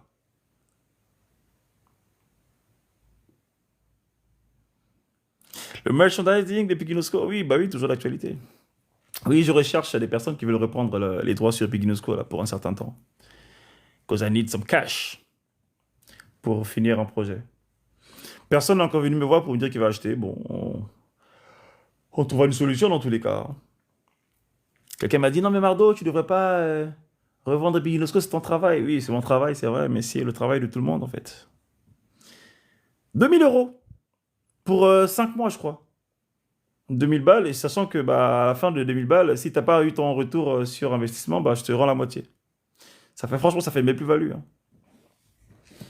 Donc, s'il y a des personnes intéressées, venez me voir. Vous serez les nouveaux maîtres de Epiginosco. Si vous voulez, avec bonus, je vous donne même le compte. Non, je rigole. Je vous donnerai le compte et les codes, vous mettrez les posts. Ça serait drôle quand même. Vous faites un live, vous voyez quelqu'un d'autre et c'est pas moi du tout. Vous savez qui parle d'autre chose. Ouais.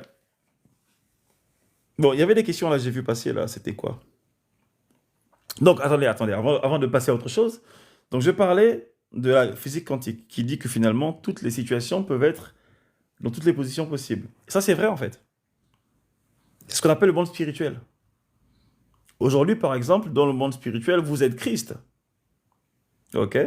Et dans le monde physique, vous êtes qui vous êtes, c'est-à-dire avec votre corps humain, tout ça. Mais il y a aussi des personnes qui sont Christ dans le monde spirituel, mais qui pourtant ne vivent pas Christ dans le monde spirituel. Des personnes qui sont attaquées par les démons, tout ça, là. Pourquoi? Parce que c'est la conscience. La physique quantique dit que lorsque une situation se fige, lorsqu'il y a un observateur. L'une des plus grandes découvertes hein, de l'histoire de l'humanité pour moi. Enfin, l'une des plus grandes. Voilà. Qu'une une situation se fige lorsqu'il y a un observateur, ou lorsqu'elle se sent observée. Ça explique aisément l'histoire de la réalité. Tout à l'heure, on a fait l'exercice. Lorsque vous avez fermé vos yeux, vous ne voyez plus rien, que le noir. Et lorsque vous avez ouvert vos yeux, vous avez vu votre téléphone. En d'autres termes, c'est votre regard, la vision, la perception que vous avez d'une situation qui la définit. C'est pourquoi j'ai toujours dit que la réalité est définie par vos croyances. Pourquoi? Parce que vos croyances vont définir votre vision des choses. La vie est dure, pourquoi? Parce que tu as toujours vécu la dure, en fait. La vie est difficile, bah pourquoi? Parce que tu as toujours vécu la difficile. Donc, ta vision de la vie sera forcément définie par tes croyances. Maintenant, ce que le Christ va te dire, c'est que si tu veux changer ta réalité, tu veux changer ton expérience de vie, commence à voir Christ. Et là où Christ et la physique quantique se rejoignent, c'est pour dire, ben, effectivement, une situation se fige lorsqu'il y a un regard, lorsqu'il y a un observateur. En d'autres termes, si tu vis une réalité qui n'est pas la tienne, c'est parce que tu t'es arrêté sur celle-là. Parce que tu as fixé celle-là. Parce que tu es resté figé sur celle-là. Comment? Bah déjà par l'image que tu as de toi-même, l'image que tu as de Dieu, l'image que tu as de ta vie, l'image que tu as du monde. Et ce qui est fou, c'est qu'il y a des personnes qui passent sur le live qui ne savent pas si on parle de Jésus, on parle de, on parle de science, ou on parle de la vie en fait. C'est ça l'évangile. Parfois on n'est pas obligé de parler la sanctification, le péché, nanana. Là on parle des vraies choses de la vie. Et les gens ne savent même pas que c'est ce que le Christ enseigne en fait. C'est ce qu'il enseigne.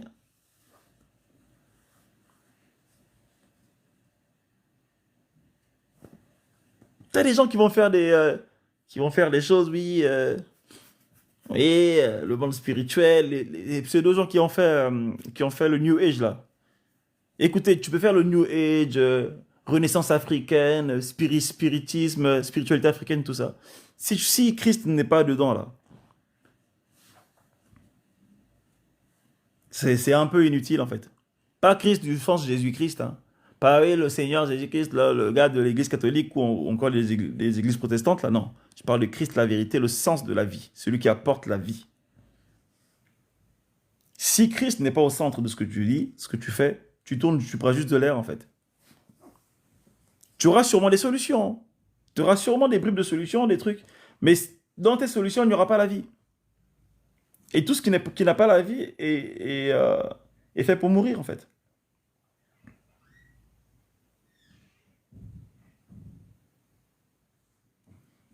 Dans tes solutions, il n'y aura pas la vie. Elle est là la différence en fait entre nous qui sommes en Christ et les personnes qui prêchent le New Age, l'épanouissement personnel, les coachs personnels, tout ça. Parce que là, nous parlons de Christ, en fait, Christ est la vie. La vie dans tout ce qui te concerne.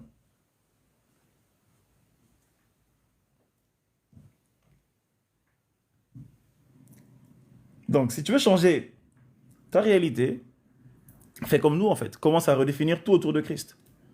Cesse de te définir sur la base de tes œuvres. Cesse de te définir sur la base de tes accomplissements en fait. Pourquoi pensez-vous qu'il y a des personnes qui pètent les plombs lorsqu'on leur dit vous avez perdu tant de milliers d'euros ou bien tant de followers? Ah, vraiment, c'est grave. Moi, j'ai vu des créateurs de contenu pleurer en live parce que, bah, à cause d'un mauvais buzz, ils auraient perdu des milliers de followers.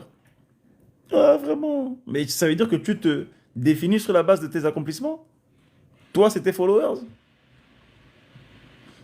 Même lorsqu'ils font des rencontres entre célébrités, etc., quand ils se rencontrent là-bas, bah, généralement, c'est en fonction de lequel a le plus, en fait, soit de followers, soit lequel est le plus connu. Et il y a des gens qui ne parleront qu'à des personnes qui ont minimum, t'as minimum 3 millions de followers, oh, je peux te parler. Mais si tu n'en as pas assez, c'est mort, je te parle pas. Ça, c'est le haut niveau de la bêtise humaine, ça. C'est la même raison pour laquelle Lucifer a plongé, hein. Parce que les gens qui commencent à se définir sur la base de ce qu'ils ont, ce qu'ils ont fait, etc., bah, c'est des personnes qui se perdent sur la base de leur identité, qui ne savent plus qui ils sont. L'homme est toujours plus grand que ce qu'il a et ce qu'il a fait.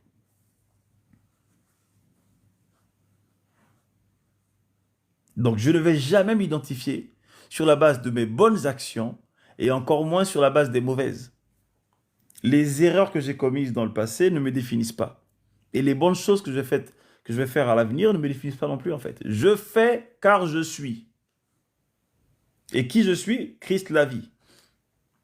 Vous pensez que ce que Dieu fait qui juge ses actions à Dieu? Qui est l'être qui va dire oui, non mais ce qu'il a fait c'est bien, ce qu'il a fait c'est pas bien en fait. Il fait simplement. L'homme est fondé sur la connaissance du bien et du mal, lui il est fondé sur la justice. Mais la garantie qu'il a, c'est que tout ce qu'il fait est juste. Parce que sa nature est la justice.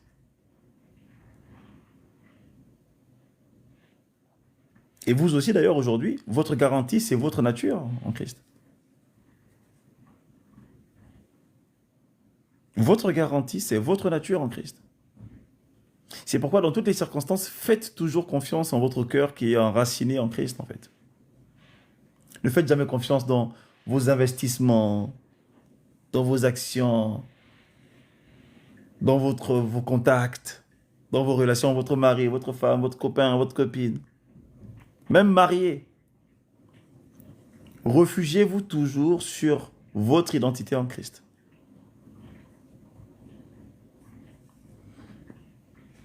Mais pourquoi, malgré la grandeur de Lucifer, il s'est identifié à la réalité de la terre? Ben, parce qu'il était sur terre.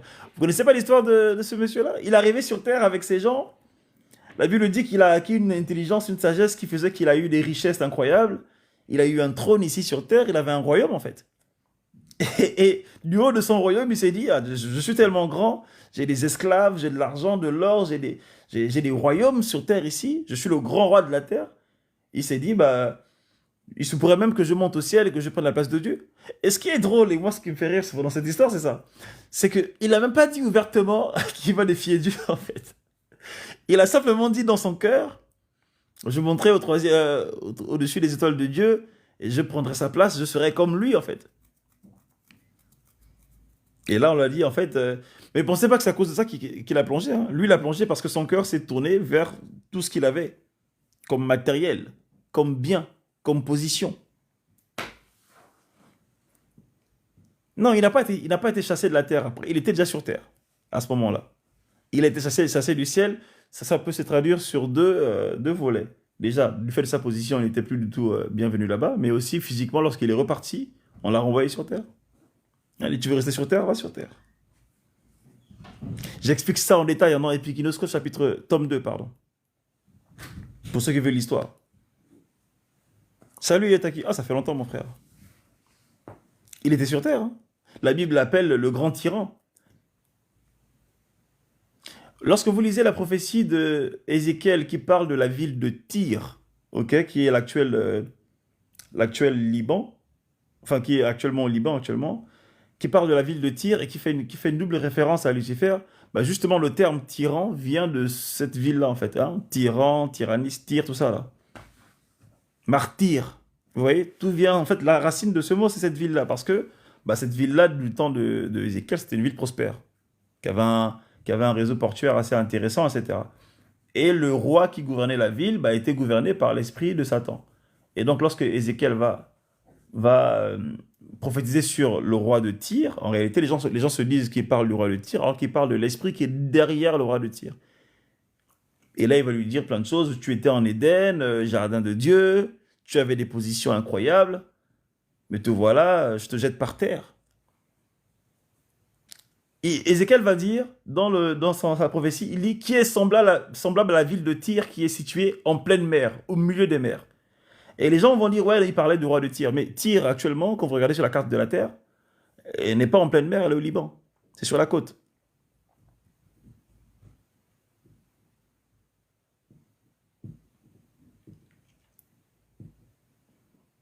C'est sur la côte. Donc ce n'est pas du tout, en fait, la ville de Tyr. En pleine mer, c'est quelque chose qui était vraiment en pleine mer. Il était avant Adam et Ève.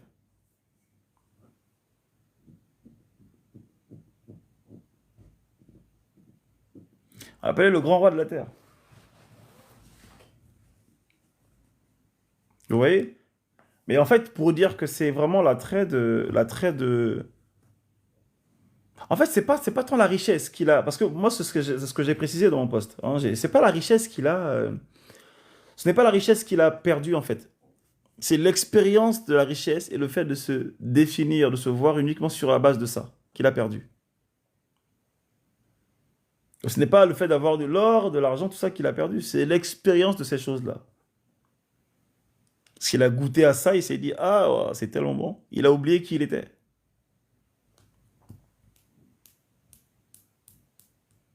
Et quand tu oublies qui tu es, bah, tu es en phase de parfaitement te perdre.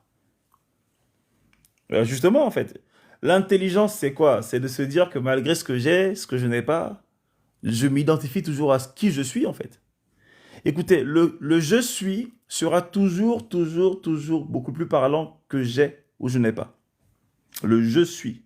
Donc l'identité va toujours primer sur le fait de posséder, sur la possession ou sur la non-possession. C'est pourquoi ne commencez pas à vous définir parce que vous avez ou bien vous définir parce que vous n'avez pas les choses. Et vous savez, les personnes qui se définissent sur ce qu'ils ont, c'est les plus souffrantes, hein.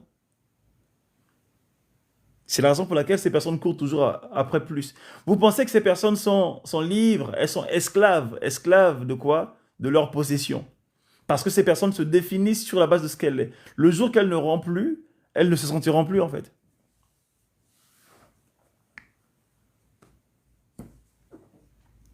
Les personnes comme enfin, les célébrités, les Taylor Swift, les trucs, les Beyoncé, là, enlevez leur possession, vous allez voir. Bah, c'est arrivé à qui là, qui a tout perdu et qui a sombré dans l'alcool parce qu'il savait plus qui il était. Ça arrive tout le temps, ça. Mais une personne qui sait qui elle est, les amis, je vous assure, lorsqu'elle aura en abondance, elle sera heureuse.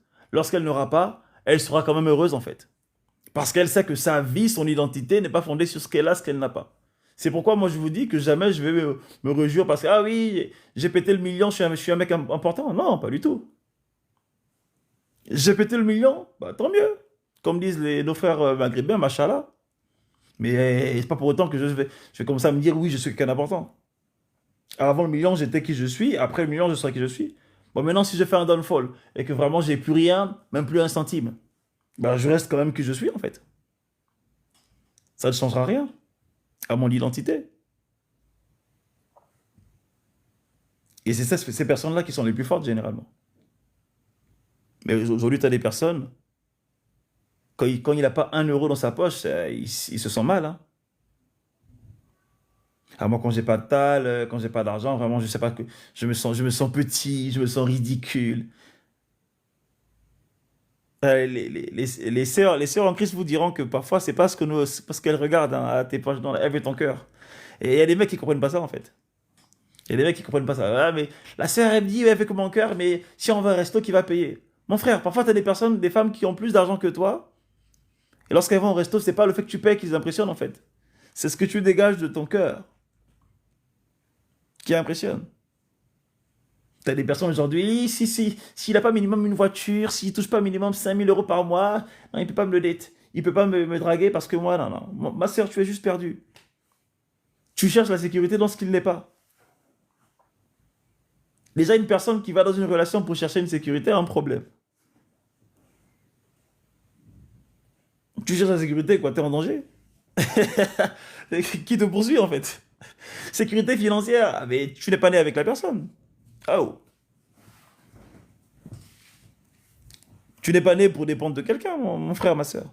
Donc, si le frère ou la sœur te dit qu'elle n'a pas d'argent ou elle n'a pas de voiture, elle n'a pas ceci, c'est pas pour autant que tu vas commencer à dire oui, il n'est pas important. Et je comprends qu'aujourd'hui, bon, pour avoir une certaine aisance dans la vie, il faut avoir des finances. Donc c'est pourquoi tout le monde aujourd'hui va travailler, va produire des choses pour s'en sortir. C'est normal. Mais on ne peut pas disqualifier quelqu'un juste parce que la personne n'a pas ceci, n'a pas cela. Vous auriez vu Paul à l'époque où il prêchait l'évangile, aucune fille ne l'aurait pris, hein. Paul était très moche de visage, hein, si vous ne savez pas. Paul avait tellement été frappé, c'est d'ailleurs ce qu'il appelle l'écharde. L'écharde qui va définir qui va décrire dans Corinthiens. L'écharde de Paul, c'était pas une épine, hein, c'était l'apparence qu'il avait sur sa chair. Il a dit aux Galates, franchement, quand je vous ai prêché l'évangile, vous vous serez arraché les yeux pour me les donner, tellement les miens étaient foutus. Mais pourtant, lorsque Paul ouvrait la bouche pour parler, tout le monde écoutait. Beau, beau, moche, grand, petit, gentil, mauvais.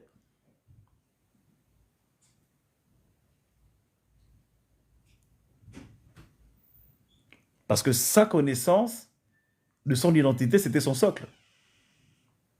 Et moi, j'ai trouvé beau lorsqu'il a dit, écoutez, les gars, dans l'abondance comme dans la disette, ça change pas. J'ai dit à Paul, t'as tout compris, en fait, mon frère.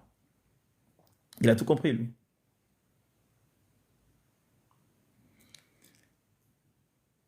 Et non, il n'était pas très, hein, physiquement, il n'était pas non plus waouh, quoi. Mais c'est quelqu'un qui était très téméraire. C'était un fonceur. Est-ce qu'un chrétien doit dépendre de Dieu? Non, un chrétien ne doit pas dépendre de Dieu. Un chrétien dépend déjà de Dieu. Mais pour être, pour parler un meilleur évangile, Dieu est dans un chrétien. Voilà. Je vais dire un truc ici, on va me ban de TikTok, on va signaler mon compte. On va être plus, on va prendre un euphémisme. Dieu est dans le chrétien. Donc il dépend naturellement de Dieu en fait. Parce que Dieu habite en lui.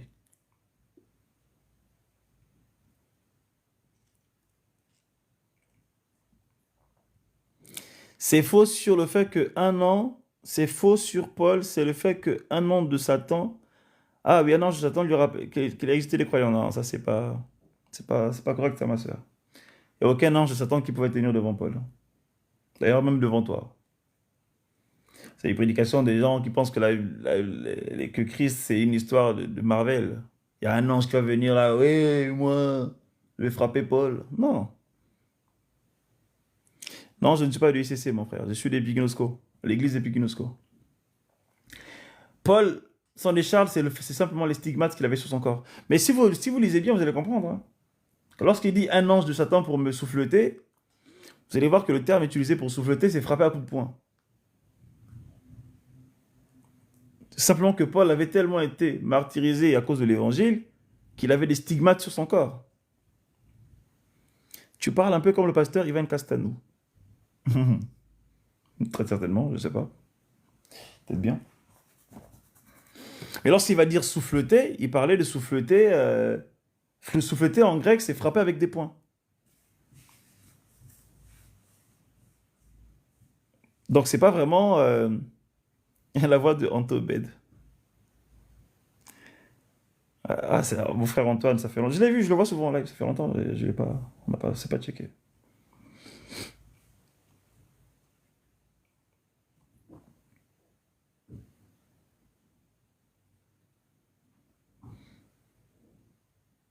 Lorsque Paul va dire, le Seigneur m'a répondu, ta grâce me suffit. Ah, moi j'ai un peu de mal avec les personnes qui, lorsque tu leur dis comment tu vas, ils vont te dire ça va par la grâce de Dieu. Là, moi, j'ai du mal avec ça. Moi. Bon, je vous le dis pas, hein, mais vraiment, ça sonne pas bien dans mes oreilles, ça. Comment vas-tu? Ouais, par la grâce de Dieu, ça va. Vous savez, c'est quoi la grâce de Dieu, les amis? C'est la grâce de Dieu qui a fondé le monde, hein. La grâce de Dieu, c'est l'abondance, richesse du Père. Donc toi, tu es à 50 sur 100, là, tu me dis ça va par la grâce de Dieu. Non. C'est quand tu seras à 100 sur 100 que tu me diras ça va par la grâce de Dieu. Je comprendrai que là, vraiment, tu es au top. Tu peux pas. C'est quoi le terme pour rendre petit, là? Parce que tout à l'heure, je le cherche en plus. Je dis amoindrir, mais il y a un synonyme. C'est quoi? C'est petir? Petitir? Apetir? Minimiser? Bon, ouais, sûrement. Il y a pas un terme avec petit dedans? Aplatir? Minimiser? Non, ouais, bon. En anglais, ils disent belittle. Il a dit c'est la traduction, Inch'Allah. Rapetir, voilà, c'est ça. Rapetir. Rapetissez? C'est rapetir ou rapetissez finalement? Je crois que c'est rapetir, hein. Non, c'est rapetissez. Je crois que c'est rapetissez le terme. Rapetiser. Bon, peut-être. En tout cas, on peut pas rapetisser. Non, moi je pense que c'est rapetir quand même. On peut pas dire, on peut pas rapetisser la grâce de Dieu. Ah, peut-être on peut dire ça. Ouais, peut-être. Bon, on peut pas rendre petit. On peut pas descendre. On peut pas faire doucement, doucement avec la grâce de Dieu. Ah, le français est parfois compliqué. En anglais, c'est plus facile. Tu dis be little, c'est parfait. C'est rapetir. On peut pas rapetir la grâce de Dieu. Donc, lorsque Paul a dit ta grâce me suffit, mais c'est tout ce qu'il a enseigné en fait. Dévaloriser, comme tu dis. Lorsqu'il dit ta grâce me suffit, Paul ne voulait pas dire que voilà, Seigneur, vraiment, je garde ma douleur et au moins je prêche l'évangile en fait. Non. Lorsque Dieu a dit à Paul, ma grâce te suffit, il est en train de dire, tu n'as pas besoin de me prier pour être guéri de ton écharpe, Paul. Car dans la grâce, tout a été rendu disponible pour que tu sois guéri de ça. Mais tu as des gens qui ont traduit ça en disant, ça veut dire que parfois il faut supporter la douleur pour le Seigneur Jésus. Non! Il faut avoir une autre compréhension de l'évangile pour parvenir à de telles conclusions. Si Dieu te dit une fois, ma grâce te suffit, il dit, hé, tu n'as pas... Parce que Paul va dire un truc intéressant, Paul va dire, j'ai prié 3 fois au Seigneur afin de me délivrer de cette écharde. Et le Seigneur m'a répondu. Et Dieu merci que Paul a été assez intelligent pour donner la réponse de Dieu. Parce que sinon, on aurait eu des évangiles de fous aujourd'hui.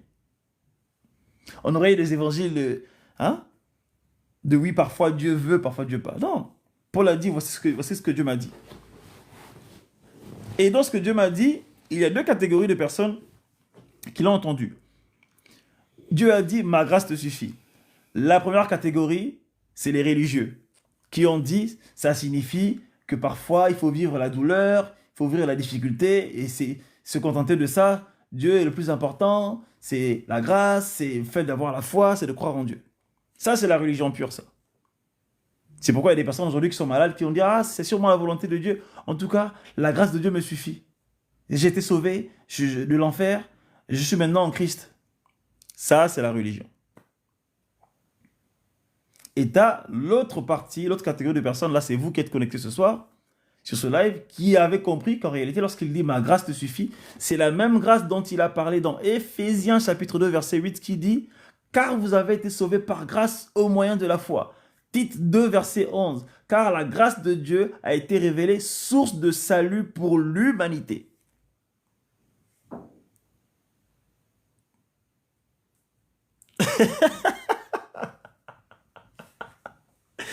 Féniel, c'est méchant. Hein. Ça, c'est méchant, ça. Mon frère, c'est méchant ce que tu viens de dire sur Paul. Là, il a dit la douleur l'a fait divaguer. Ah bah, ce qu'il vivait, c'était pas facile aussi. Hein. Ah, Paul s'est fait frapper. Hein. Paul, aujourd'hui, imaginez votre pasteur en train de se faire taper dans la rue comme ça. C'est ce qui est arrivé à Paul. Hein. Imaginez, imagine, t'as un pasteur, il se fait marave là, dans la rue par les gens qui n'aiment pas ce qu'il prêche.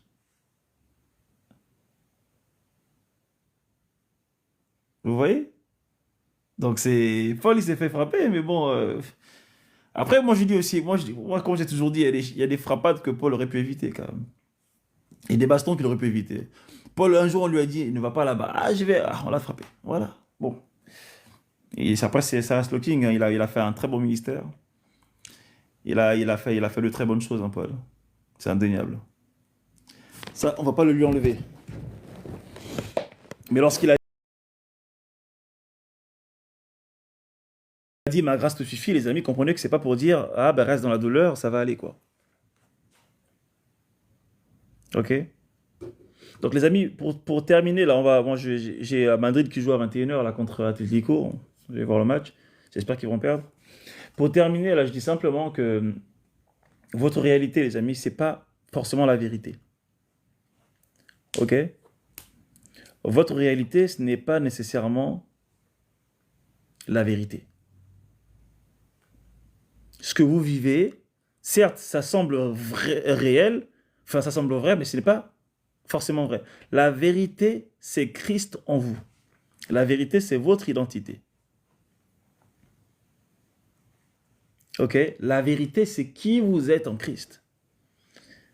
Et je l'ai toujours dit, hein, que la réalité, enfin, je sais pas que je regrette, mais en même temps, j'aurais peut-être pu comprendre ça avant. Avant, je pensais vraiment que les circonstances de la vie arrivaient comme ça, au pif. Tu leur as demandé, hop, tu es malade. Ce n'est que hier que l'esprit m'a dit, non, non, non. Les circonstances sont construites. C'est quoi ce plus 41 qui m'appelle? Suisse. 2 secondes, j'arrive. Hein.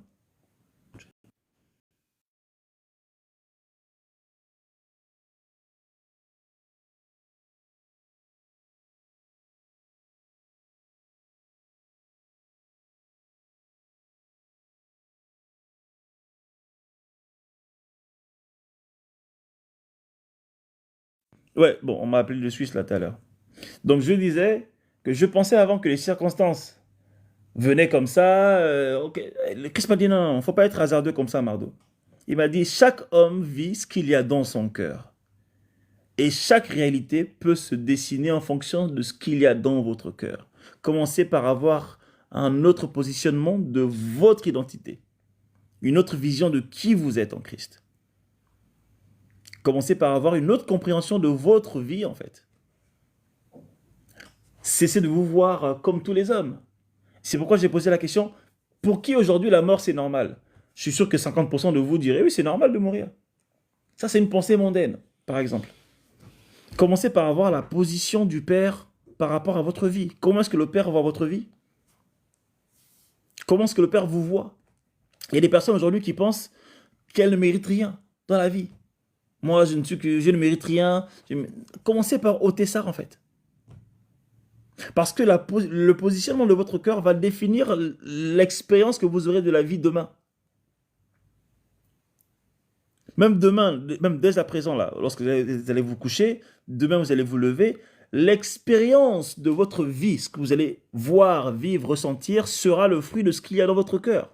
Donc si vous faites le travail dès maintenant pour repositionner votre cœur sur la base de votre identité, vous allez vivre la grâce de Dieu, comme on dit en fait. C'est pourquoi c'est le plus beau cadeau que le Christ a apporté au monde. Le positionnement de son identité par rapport aux hommes, par rapport à Dieu. Il a dit, je sais que tu m'exauces toujours, je mérite tout. Il a dit au Père, ce qui est à moi est à toi. Ça a choqué les Juifs. Les Juifs ont dit, comment tu peux te faire l'égal de Dieu? Parce que pour les Juifs, il y a Dieu et il y a les hommes qui sont en bas. Il a dit dans Jean 17, ce qui est à moi est à toi.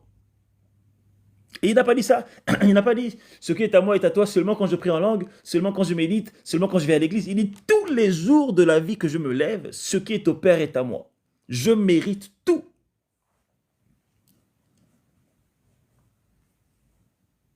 Le miracle ne vient pas parce que tu as crié plus que quelqu'un, en fait. Le miracle vient lorsque ton cœur est positionné sur la base de ton identité.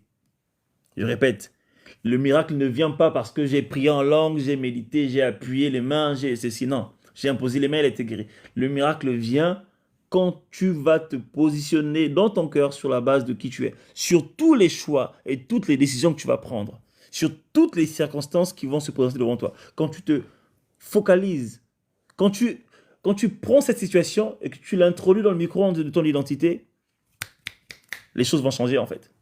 Et même ta réalité va se transformer. Écoutez les amis, la réalité c'est la chose la plus subjective qui puisse être. Actuellement en face de moi, j'ai 2 télécommandes, un écran et mon frère qui est à gauche, Étienne. Mais devant vos yeux, vous n'avez pas Étienne, vous n'avez pas l'écran que j'ai. Donc ma réalité dépend de ce que moi je vis, ce que je regarde. Et la vôtre aussi est différente. Bon, laquelle des réalités est la plus vraie en fait? Est-ce que c'est la mienne ou la vôtre? Aucune n'est vraiment vraie parce que tout dépend de mes yeux à moi. Donc la réalité de ta vie dépend de comment tu as la vision de celle-ci, de comment tu regardes celle-ci en fait, de quelle est la conception que tu as d'elle dans ton cœur. Tout part de la vision. C'est pourquoi la physique quantique va dire qu'une situation va se figer lorsqu'il y a un fixateur. En d'autres termes, ton regard va déterminer ton demain, ta réalité, ton expérience de vie, ton regard, ton positionnement. Ton positionnement va déterminer ton expérience de vie.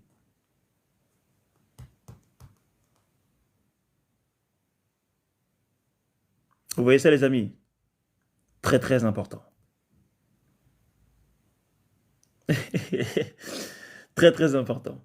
Et ce que je vais vous dire là, très peu, en tout cas moi je ne connais pas vraiment de pasteur, prédicateur ou peu importe, évangéliste qui prêche des choses pareilles. Parce que aujourd'hui, on a du mal à prendre l'évangile et le transposer sur la vie de tous les jours. On vous dira simplement Jésus-Christ est mort et ressuscité, priez en langue, méditez, c'est fini en fait. Mais d'un point de vue pratique, je sens qu'il y a un tome 5 qui va sûrement tomber là parce que j'ai des choses à dire encore. Moi quand je parle beaucoup comme ça, je me dis il faut que j'écrive en fait. Je vais écrire un petit tome 5 là, rapide, allez, 50 pages, pas plus. Ce qu'on va faire maintenant, on va faire des petits livres en fait. Des tout petits livres comme ça. Vendus à 2 euros là, 1,50 €, 2 €. Mais des livres très puissants. Vous savez, les livres de Christ sur Kilomé, moi quand j'ai commencé à comprendre l'évangile, j'ai tous pris. Écoutez, 2,50 €, 1,25 € sur Amazon à l'époque. Comment prier en langue, ceci, tout ça là. J'ai pris des dizaines comme ça. J'ai tout lavé, j'ai tout mangé. Parce que je voulais comprendre l'évangile. Mais ce que je dis là, les amis, je vous assure que très peu de personnes vont pouvoir vous l'expliquer correctement. On va vous dire, priez au nom de Jésus, car dans le nom de Jésus, il y a une puissance. Mais aujourd'hui, il y a des personnes qui ne comprennent pas ce que c'est quoi le nom de Jésus, en fait. Ils disent, mais c'est quoi au nom de Jésus? Est-ce qu'il faut dire à la fin de sa prière, au nom de Jésus? Qu'est-ce qu'il faut faire? Est-ce que pour chasser un démon, je dois forcément dire, au nom de Jésus ou pas? Parce que les gens ne savent pas, ne comprennent pas l'évangile, ce que ça veut dire tout ça. C'est seulement quand tu prends l'esprit, que tu demandes, esprit, enseigne-moi ces choses-là. Il vous dira, en fait, the name of Jesus, c'est ton identité. Le nom de Jésus, c'est ton identité. Tu n'as même pas besoin de dire au nom de Jésus. Juste ta présence, c'est Christ. Et ton identité va être le backup de tes paroles. C'est pourquoi si tu chasses un démon, tu n'as pas besoin de dire sors au nom de Jésus. Dis juste sors en fait. Il ne parle plus de prix, on va parler. Ah oui, c'est vrai, c'est ce que j'en dis là, mais comment tu fais vendre un livre à 15 euros? Moi, je vendrais mes livres même à 150 euros s'il le fallait. Hein. Parce que ce qu'il y a dedans, pour moi, c'est de l'or. C'est de l'or. Je me rappelle avant que j'écrive mes livres, dans mon téléphone, j'avais plein de notes. Enfin, j'avais toujours plein de notes. Et il faut voir comment je chérissais mes notes. Je les chérissais, j'avais des livres entiers sur mes notes. J'avais des livres entiers sur mes notes. Je les chérissais, ce qu'il y avait dedans, là, c'était terrible. J'ai tout un enseignement sur comment prier en langue. J'ai tout un enseignement sur les anges. Exactement. Oui, par contre, quand j'ai dit 2,50 €, c'est une façon de parler. Hein. Manu, t'as raison, ça va pas coûter 2,50 €. Hein. Il faut d'abord que je mette en valeur.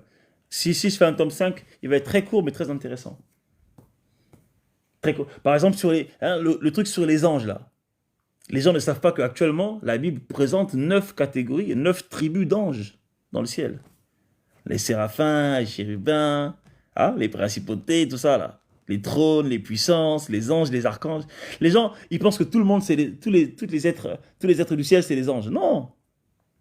Les anges, c'est une race de créatures de célestes dans le ciel, qu'on appelle les anges.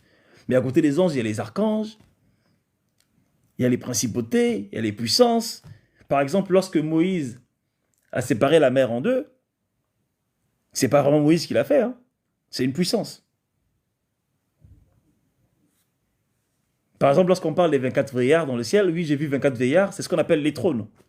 C'est une catégorie d'anges, enfin de créatures célestes dans le ciel. Mais par abus de langage, on va dire les anges, simplement. Ok, on va dire c'est les anges. Les anges, c'est un peu les soldats, ok, les ouvriers du ciel.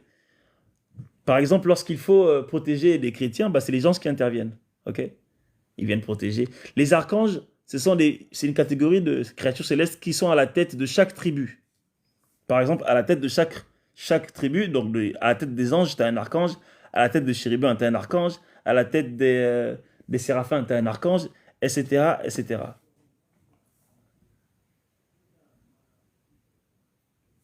Et encore, il y a encore d'autres. Hein.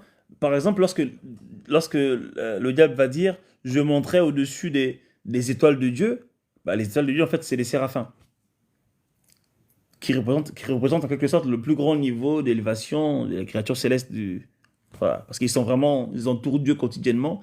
Je l'explique dans mon tome 2, hein, j'explique ça facilement. Mais par contre, ce n'est pas des positions en termes de qui est plus fort, ok? C'est pas parce que tu es un chérubin ou un séraphin que tu es forcément plus fort qu'un archange. C'est en termes de rôle qui sont définis. Chacun a son rôle.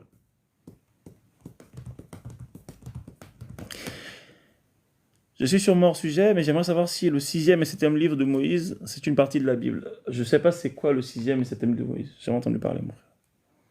Après, aujourd'hui, tu as la Bible des catholiques qui est différente. Il y a plus de livres. Je crois qu'il y a 73 livres chez les catholiques. Chez les Éthiopiens, je crois qu'il y a encore plus. Donc, il faut voir.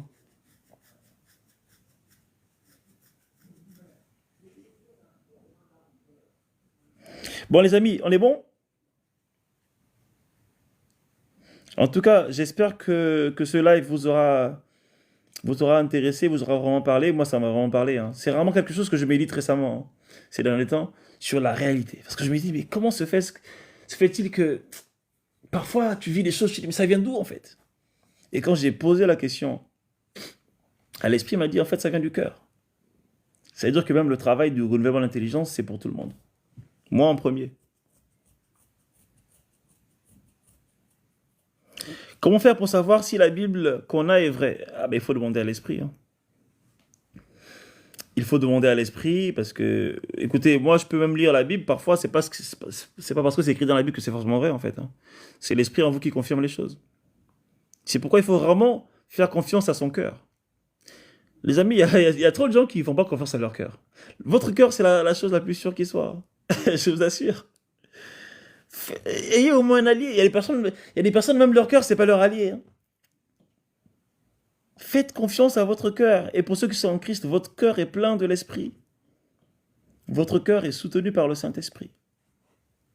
C'est lui qui vous dira si c'est bien ou pas.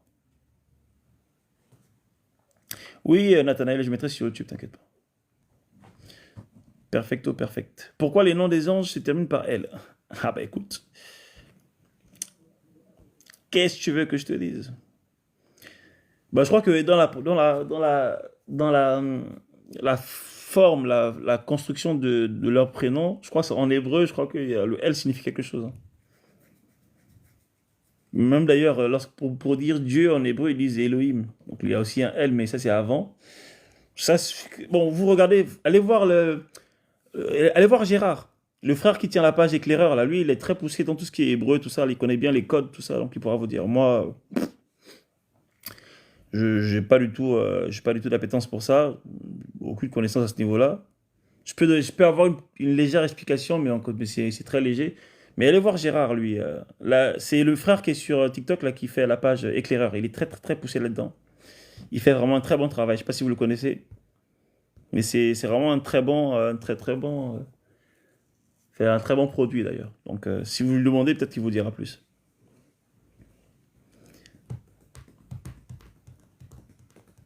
Ah oui, il y a des gens qui font du très bon travail. Moi, sur TikTok, je n'en connais pas beaucoup, malheureusement, mais il y a des personnes qui font du très bon travail en termes de production de contenu chrétien.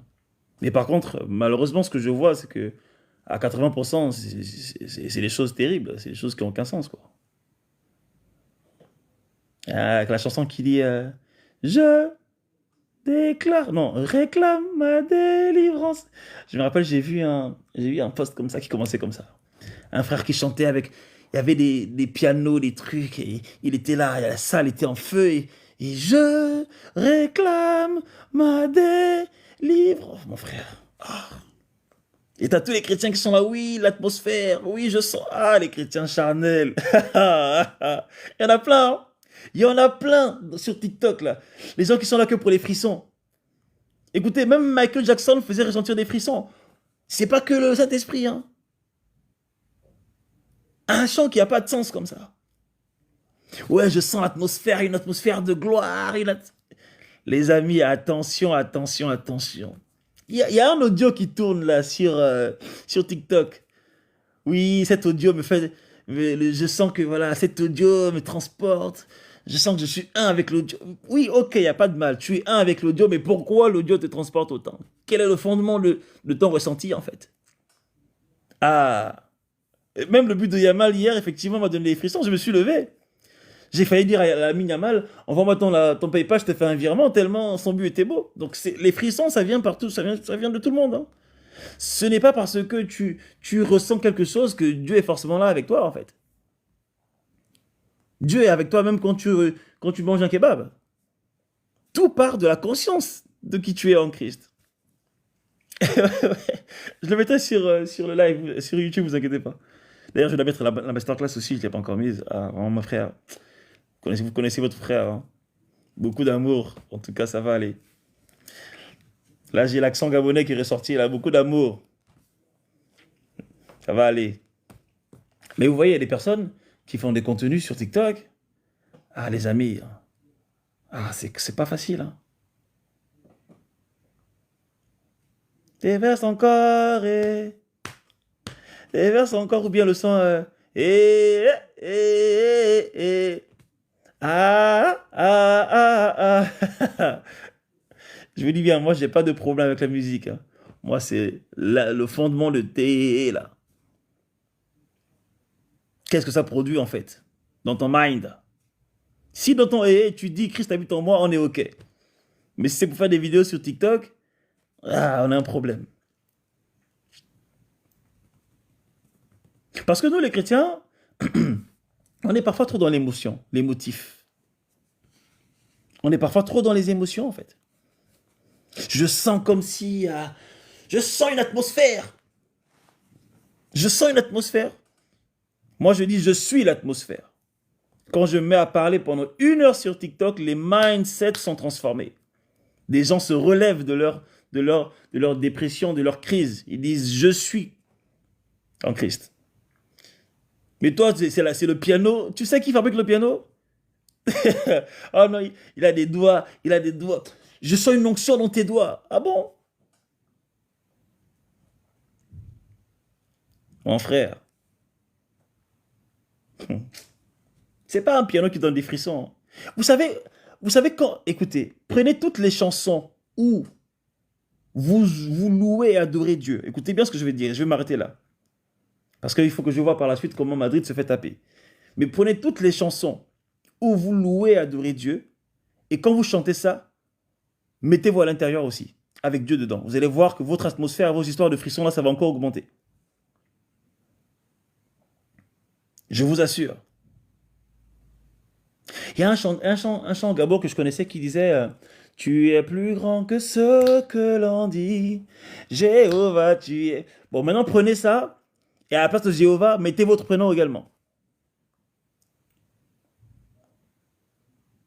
Vous allez voir. Une progression mineure. Toi, t'es pianiste, toi, t'es guitariste, Péniel, parce que tu connais bien les... Vous savez que les pianistes, nous, on a des accords, des progressions qui font naître des frissons dans les cœurs des gens. Moi, j'ai été pianiste, je peux vous dire que je sais exactement quand j'ai envie de toucher ton cœur. Quand j'étais pianiste à une époque, je me rappelle, il y avait une sœur que je kiffais à l'église. Et un jour, erreur, cette sœur m'appelle. Elle m'appelle à 22h, 23h. Oh frère Mardoché, est-ce qu'on peut parler un peu? Et à ce moment-là, j'étais sur le piano. Je lui ai dit, je fais du piano, tu veux écouter? Elle m'a dit oui. Les frères, j'ai joué la musique la plus douce qui soit. Je savais, là, il fallait toucher son cœur, les accords qu'il fallait mettre. Quand j'ai commencé à jouer la musique, la sœur s'est mise à pleurer au téléphone. Oh, c'est trop beau. Oh, tu es vraiment béni. J'ai dit Amen, ma sœur. Amen, amen, amen. Demain, on se voit à l'église, on va parler. On sait, les amis, on sait comment ça se passe.